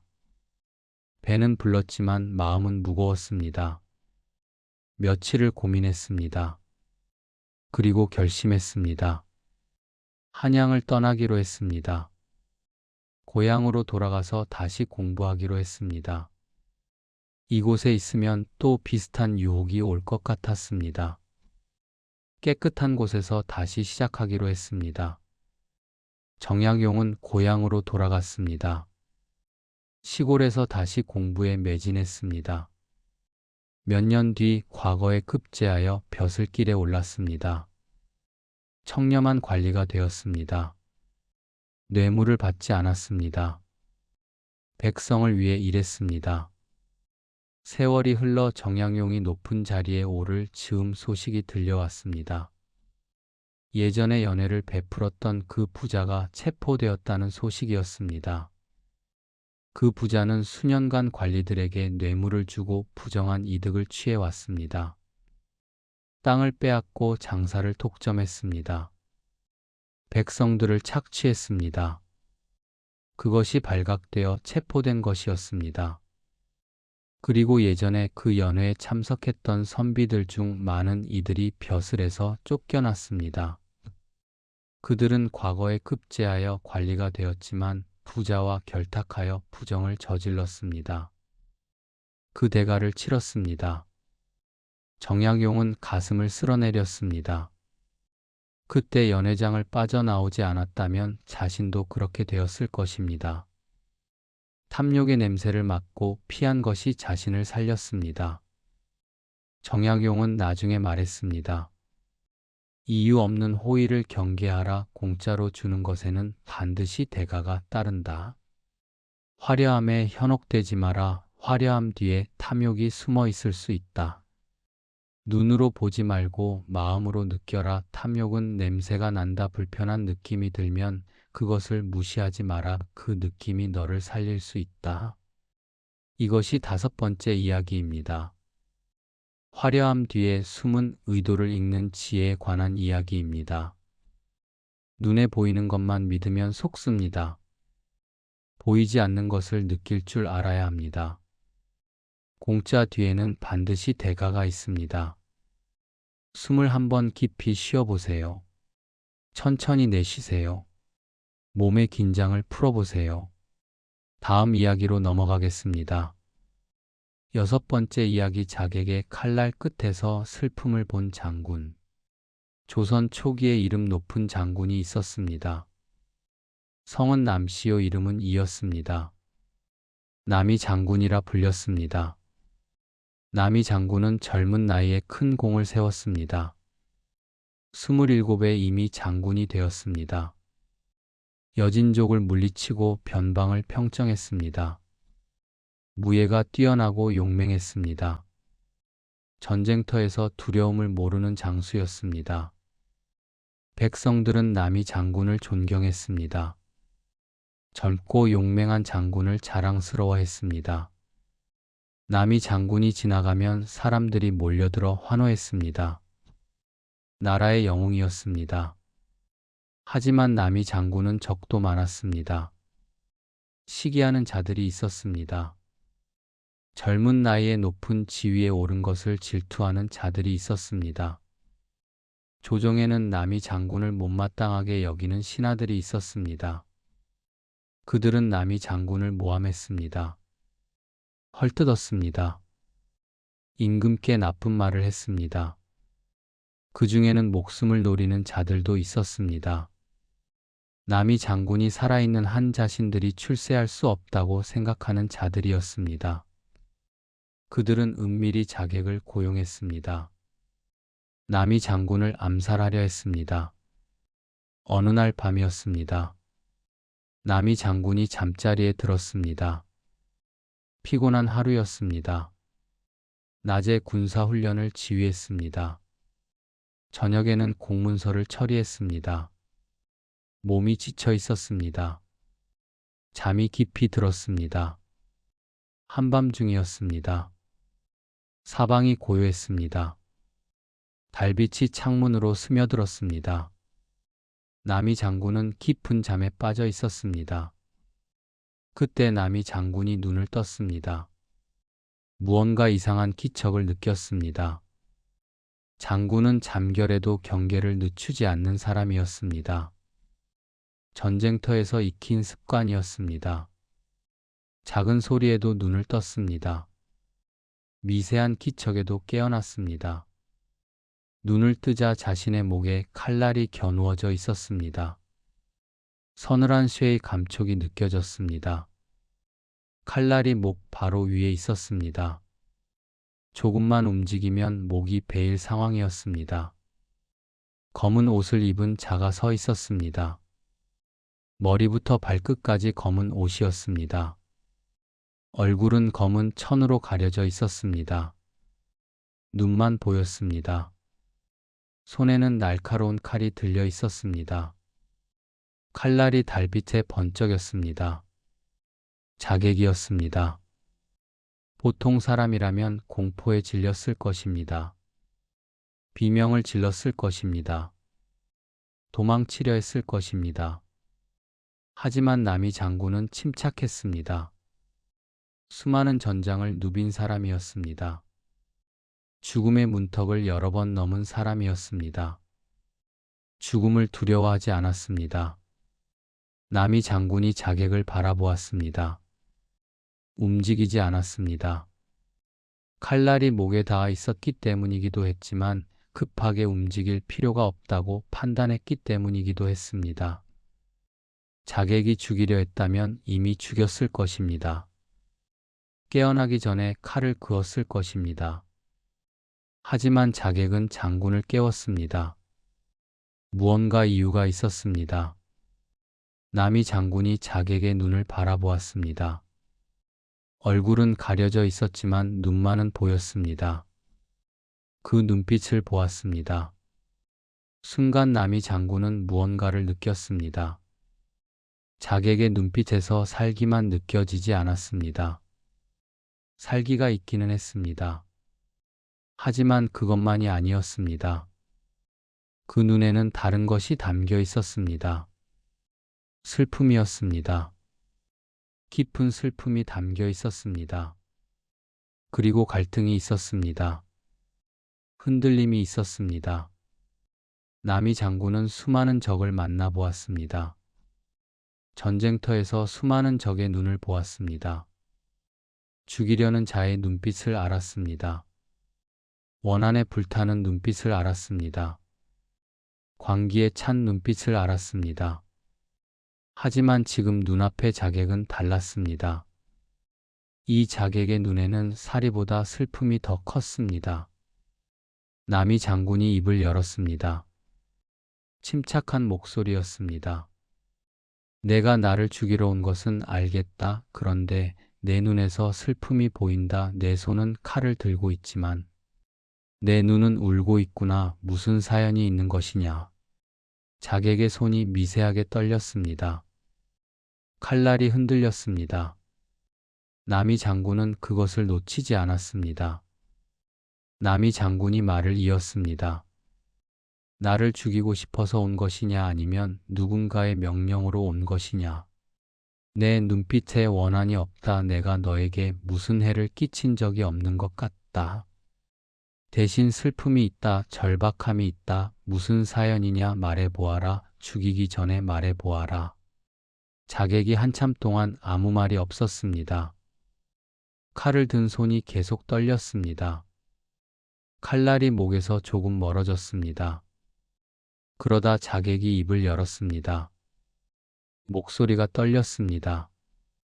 젊은 목소리였습니다. 장군께서 어찌 그것을 아셨습니까? 남이 장군이 말했습니다. 사람의 눈은 거짓말을 못한다. 얼굴은 가릴 수 있어도 눈은 가릴 수 없다.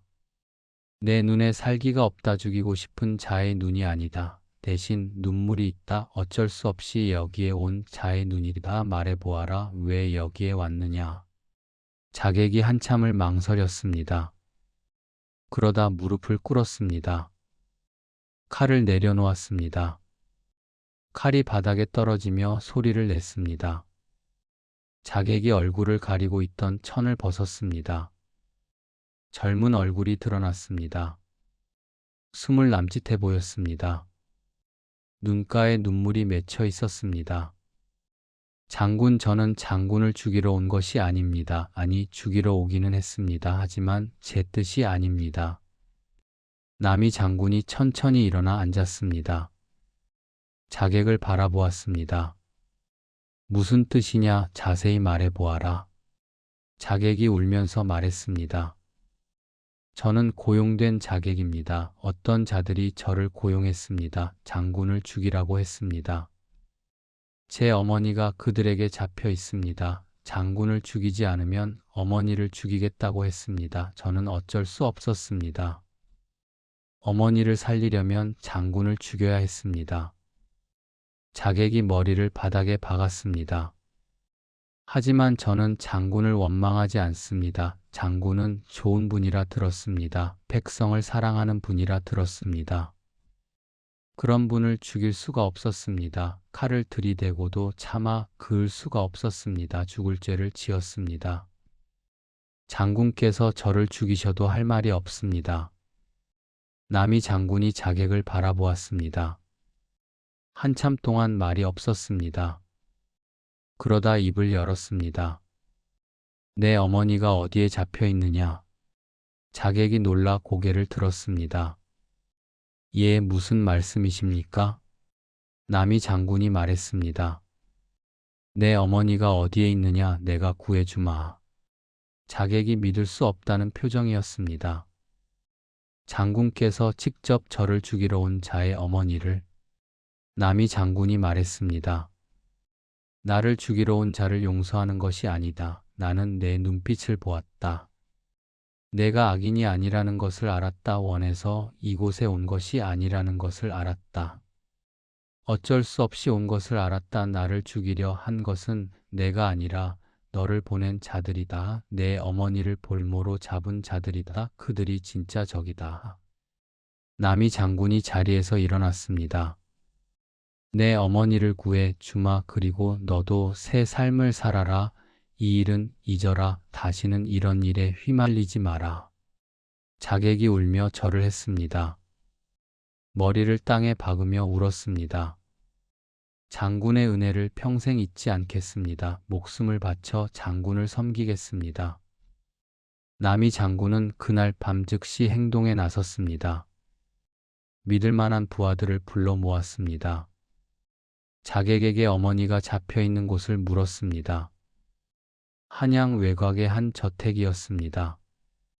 남이 장군은 부하들을 이끌고 그곳을 급습했습니다. 날이 밝기 전에 도착했습니다. 저택을 포위하고 들이닥쳤습니다. 자객의 어머니를 구출했습니다. 자객을 고용한 자들을 잡았습니다. 잡힌 자들을 신문했습니다. 조정의 한 신하가 배후에 있었습니다. 남이 장군을 시기하여 암살을 지시한 것이었습니다. 그 신하는 나중에 체포되어 처벌을 받았습니다. 자객의 어머니가 풀려났습니다. 어머니와 아들이 다시 만났습니다. 둘 다 울었습니다. 자객이 남이 장군에게 다시 절을 했습니다. 장군의 은혜를 어떻게 갚아야 할지 모르겠습니다. 목숨을 바쳐 장군을 섬기겠습니다. 제 칼을 장군께 바치겠습니다. 남이 장군이 고개를 저었습니다. 내 목숨은 내 것이다. 나를 섬기지 않아도 된다. 다만 앞으로는 바르게 살아라. 어머니를 잘 모셔라. 내 눈빛처럼 살아라. 그러면 된다. 하지만 자객은 남이 장군의 곁을 떠나지 않았습니다. 자원하여 장군의 호위가 되었습니다. 무예를 더 익혔습니다.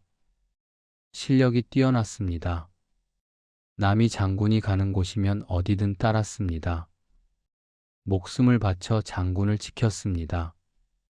세월이 흘렀습니다. 남이 장군은 역적으로 몰리게 되었습니다. 시기하는 자들의 모함이었습니다. 억울한 누명이었습니다. 남이 장군은 체포되어 죽음을 당하게 되었습니다. 그 순간에도 자객은 장군 곁을 떠나지 않았습니다. 도망치라는 권유를 뿌리쳤습니다. 장군과 함께 죽겠다고 했습니다. 장군이 죽는 자리에 함께 있었습니다. 마지막까지 장군을 지켰습니다. 남이 장군은 생전에 이런 말을 했습니다. 사람을 볼 때 행동만 보지 마라. 눈을 보아라. 살기를 품은 자의 눈과 슬픔을 품은 자의 눈은 다르다. 악인의 눈과 어쩔 수 없는 자의 눈은 다르다. 그것을 구분할 줄 알면 적을 아군으로 만들 수 있다. 원수를 벗으로 만들 수 있다. 그것이 진짜 지혜다. 이것이 6번째 이야기입니다. 저기에서 슬픔을 읽어내는 지혜에 관한 이야기입니다. 모든 적이 진짜 적은 아닙니다. 눈빛을 보면 진심을 알 수 있습니다. 눈빛을 읽을 줄 알면 적도 아군으로 만들 수 있습니다. 마지막 이야기로 넘어가겠습니다. 7번째 이야기 평생 사람에 속지 않았던 상인의 유언. 조선 후기에 한양에서 큰 상단을 운영하는 상인이 있었습니다. 성은 최씨요, 이름은 선달이었습니다. 사람들은 그를 최선달이라 불렀습니다. 최선달은 전설적인 상인이었습니다. 맨손으로 시작해 조선 최고의 부자가 된 사람이었습니다. 젊어서 보따리 장수로 시작했습니다. 등에 물건을 지고 팔도를 돌아다녔습니다. 비가 오나 눈이 오나 걸었습니다. 그렇게 푼돈을 모았습니다. 푼돈을 모아 작은 가게를 열었습니다. 가게가 잘 되어 더 큰 가게를 열었습니다. 더 큰 가게가 잘 되어 상단을 만들었습니다. 상단이 커져 조선 팔도의 상점을 가지게 되었습니다. 수십 년에 걸친 노력의 결과였습니다. 최선달의 성공 비결은 무엇이었을까요? 사람들이 물었습니다. 최선달은 대답했습니다. 장사의 비결은 물건이 아니라 사람이다. 좋은 물건을 구하는 것보다 좋은 사람을 곁에 두는 것이 더 중요하다. 사람을 볼 줄 알면 성공하고 사람을 볼 줄 모르면 망한다. 최선달은 사람 보는 눈이 뛰어났습니다. 누구를 믿어야 하는지 누구를 멀리해야 하는지 귀신같이 알았습니다. 사기꾼이 찾아와도 단번에 알아보았습니다. 아무리 말을 잘해도 속지 않았습니다. 성실한 사람이 오면 첫눈에 알아보았습니다. 겉모습이 볼품없어도 알아보았습니다. 평생 사람에게 속아본 적이 없었습니다. 사람들이 최선달에게 물었습니다. 어른, 어떻게 그렇게 사람을 잘 보십니까? 비결이 무엇입니까? 저희에게도 가르쳐 주십시오. 최선달은 웃기만 하고 대답하지 않았습니다. 비결을 쉽게 말하지 않았습니다. 그러다 최선달이 늙었습니다. 70이 넘었습니다. 병이 들었습니다. 오래 살지 못할 것 같았습니다. 죽음이 가까이 왔음을 느꼈습니다. 최선달에게는 아들이 셋 있었습니다. 큰아들, 둘째 아들, 셋째 아들이었습니다. 셋 다 장성하여 상단 일을 돕고 있었습니다. 하지만 아버지만큼 뛰어나지는 않았습니다. 사람 보는 눈이 부족했습니다. 가끔 사기를 당하기도 했습니다. 최선달이 죽기 전에 아들들을 불렀습니다. 셋이 병상 앞에 모였습니다. 내가 너희에게 재산을 물려주기 전에 한 가지를 가르쳐 주마. 이것은 재산보다 값진 것이다. 내가 평생 사람에게 속지 않은 비결이다. 사람을 보는 법이다. 아들들이 귀를 기울였습니다. 아버지의 비결을 드디어 들을 수 있게 되었습니다. 최선딸이 말을 시작했습니다. 첫 번째, 사람을 볼 때는 말보다 행동을 보아라. 아들들이 고개를 끄덕였습니다. 말은 꾸밀 수 있다. 그럴듯한 말은 누구나 한다. 사기꾼일수록 말을 잘한다. 입에서 꿀이 떨어진다. 하지만 행동은 꾸미기 어렵다. 말과 행동이 다른 자는 믿지 마라. 약속을 잘 지키는지 보아라. 작은 약속을 지키는지 보아라. 작은 약속도 지키지 않는 자는 큰 약속도 지키지 않는다. 말이 아무리 좋아도 행동이 따르지 않으면 그 사람은 거짓이다. 큰아들이 고개를 끄덕였습니다. 최선딸이 말을 이었습니다. 두 번째, 그 사람의 발을 보아라. 아들들이 의아해했습니다. 발이요. 최선딸이 말했습니다. 그렇다. 발이다. 사람은 얼굴을 꾸밀 수 있다. 표정을 숨길 수 있다. 하지만 발은 숨기지 못한다. 말할 때 그 사람의 발이 어디를 향하는지 보아라. 몸은 너를 향하고 있어도 발이 다른 곳을 향하고 있으면 그 사람은 가고 싶은 것이다. 너에게 관심이 없는 것이다. 겉으로는 웃으면서 속으로는 빨리 끝내고 싶은 것이다. 진심으로 대화하고 싶은 사람은 몸도 발도 너를 향한다. 발의 방향을 보면 마음의 방향을 알 수 있다. 둘째 아들이 고개를 끄덕였습니다. 최선딸이 말을 이었습니다. 세 번째 위기 때 그 사람이 어떻게 하는지 보아라. 아들들이 귀를 기울였습니다. 평소에는 누구나 좋은 사람이다. 일이 잘 풀릴 때는 모두 친절하다. 돈이 있을 때는 친구가 많다. 하지만 일이 틀어졌을 때 그 사람의 진짜 모습이 나온다. 장사가 안 될 때 곁에 남아있는 사람이 진짜다. 어려울 때 손 내미는 사람이 진짜다. 위기에 너를 버리는 자는 진짜 벗이 아니다. 위기에 함께하는 자가 진짜 벗이다. 좋을 때 100번 만나는 것보다 어려울 때 한 번 만나는 것이 사람을 더 잘 보여준다. 셋째 아들이 고개를 끄덕였습니다.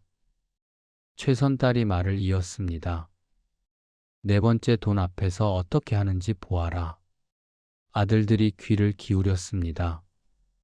사람의 진짜 모습은 돈 앞에서 나온다. 돈은 사람을 시험한다. 큰 돈 앞에서 눈빛이 변하는 자가 있다. 갑자기 태도가 달라지는 자가 있다. 그런 자는 믿지 마라. 돈 앞에서 흔들리는 자는 더 큰 돈 앞에서 배신한다. 돈보다 신의를 중히 여기는 자를 믿어라. 손해를 보더라도 약속을 지키는 자를 믿어라. 그런 자가 진짜 믿을 사람이다. 아들들이 고개를 끄덕였습니다. 최선딸이 말을 이었습니다. 다섯 번째, 아랫사람을 어떻게 대하는지 보아라. 아들들이 귀를 기울였습니다. 윗사람에게는 누구나 잘한다. 자기에게 이익이 되는 사람에게는 친절하다. 상전에게 굽실거리는 것은 누구나 한다. 하지만 아랫사람에게는 다르다. 아랫사람에게 함부로 하는 자는 본성이 나쁜 것이다. 하인에게 반말하고 종업원에게 소리 지르는 자는 속이 좁은 것이다. 아랫사람에게도 예의를 갖추는 자를 믿어라. 약한 자에게 친절한 자가 진짜 좋은 사람이다. 강한 자에게 잘하고 약한 자에게 못되게 구는 자는 믿지 마라. 아들들이 고개를 끄덕였습니다. 최선딸이 말을 이었습니다.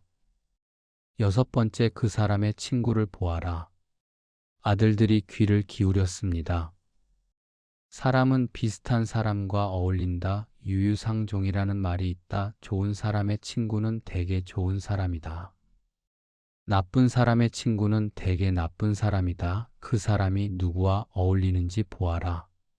어떤 친구를 사귀는지 보아라. 친구가 좋으면 그 사람도 좋다. 친구가 나쁘면 그 사람도 의심해 보아라. 사람을 직접 보기 어려우면 그 사람의 친구를 보아라.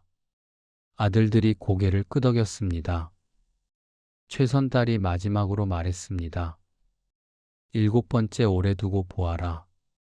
아들들이 귀를 기울였습니다. 처음에 좋아 보이는 사람이 나중에 나쁜 경우가 많다. 첫인상이 좋다고 다 좋은 사람이 아니다. 사기꾼일수록 첫인상이 좋다. 반면에 처음에 별로인 사람이 나중에 좋은 경우도 많다. 무뚝뚝해 보이는 사람이 알고 보면 정이 깊은 경우가 있다. 사람은 시간이 지나야 알 수 있다. 한두 번 만나서 판단하지 마라. 성급하게 믿지 마라. 오래 두고 보아라. 시간이 진짜를 보여준다. 1년을 두고 보아라. 3년을 두고 보아라. 그래도 변하지 않으면 그때 믿어라. 최선달이 기침을 했습니다. 힘이 빠지는 것 같았습니다. 하지만 마지막으로 말을 이었습니다. 이 7가지를 기억하면 너희는 사람에게 속지 않을 것이다. 사람을 볼 줄 알면 좋은 사람을 곁에 둘 수 있다. 좋은 사람을 곁에 두면 모든 일이 잘 풀린다. 나쁜 사람을 멀리하면 화를 피할 수 있다. 이것이 내가 부자가 된 비결이다. 재산보다 이 가르침을 더 소중히 여겨라. 재산은 잃어도 다시 벌 수 있다. 하지만 사람에게 속으면 모든 것을 잃는다. 최선달은 그렇게 유언을 남기고 눈을 감았습니다.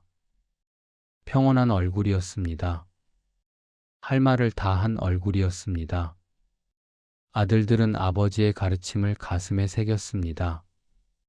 그 가르침대로 사람을 보았습니다. 말보다 행동을 보았습니다. 발의 방향을 보았습니다.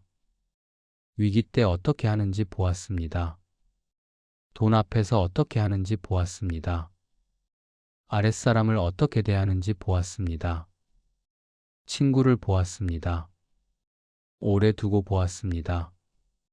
그 가르침대로 사업을 이어갔습니다. 3형제 모두 성공했습니다. 아버지 못지않은 부자가 되었습니다. 사람에게 속지 않았습니다. 좋은 사람을 곁에 두었습니다. 나쁜 사람을 멀리했습니다.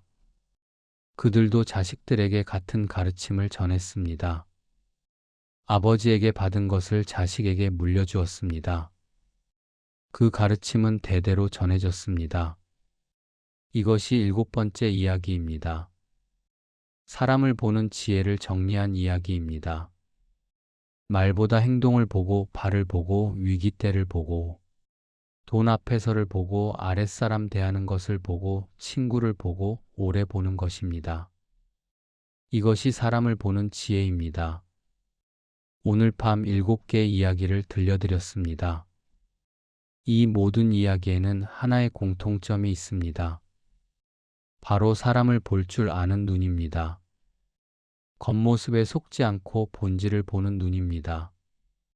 행동 뒤에 숨은 마음을 읽는 눈입니다. 말보다 행동을 신뢰하는 눈입니다.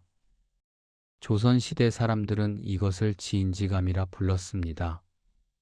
사람을 알아보는 눈이라는 뜻입니다.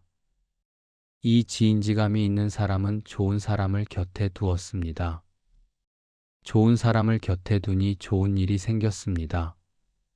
나쁜 사람을 멀리했습니다. 나쁜 사람을 멀리하니 화를 피했습니다. 여러분도 사람을 볼 줄 아는 눈을 갖게 되시길 바랍니다.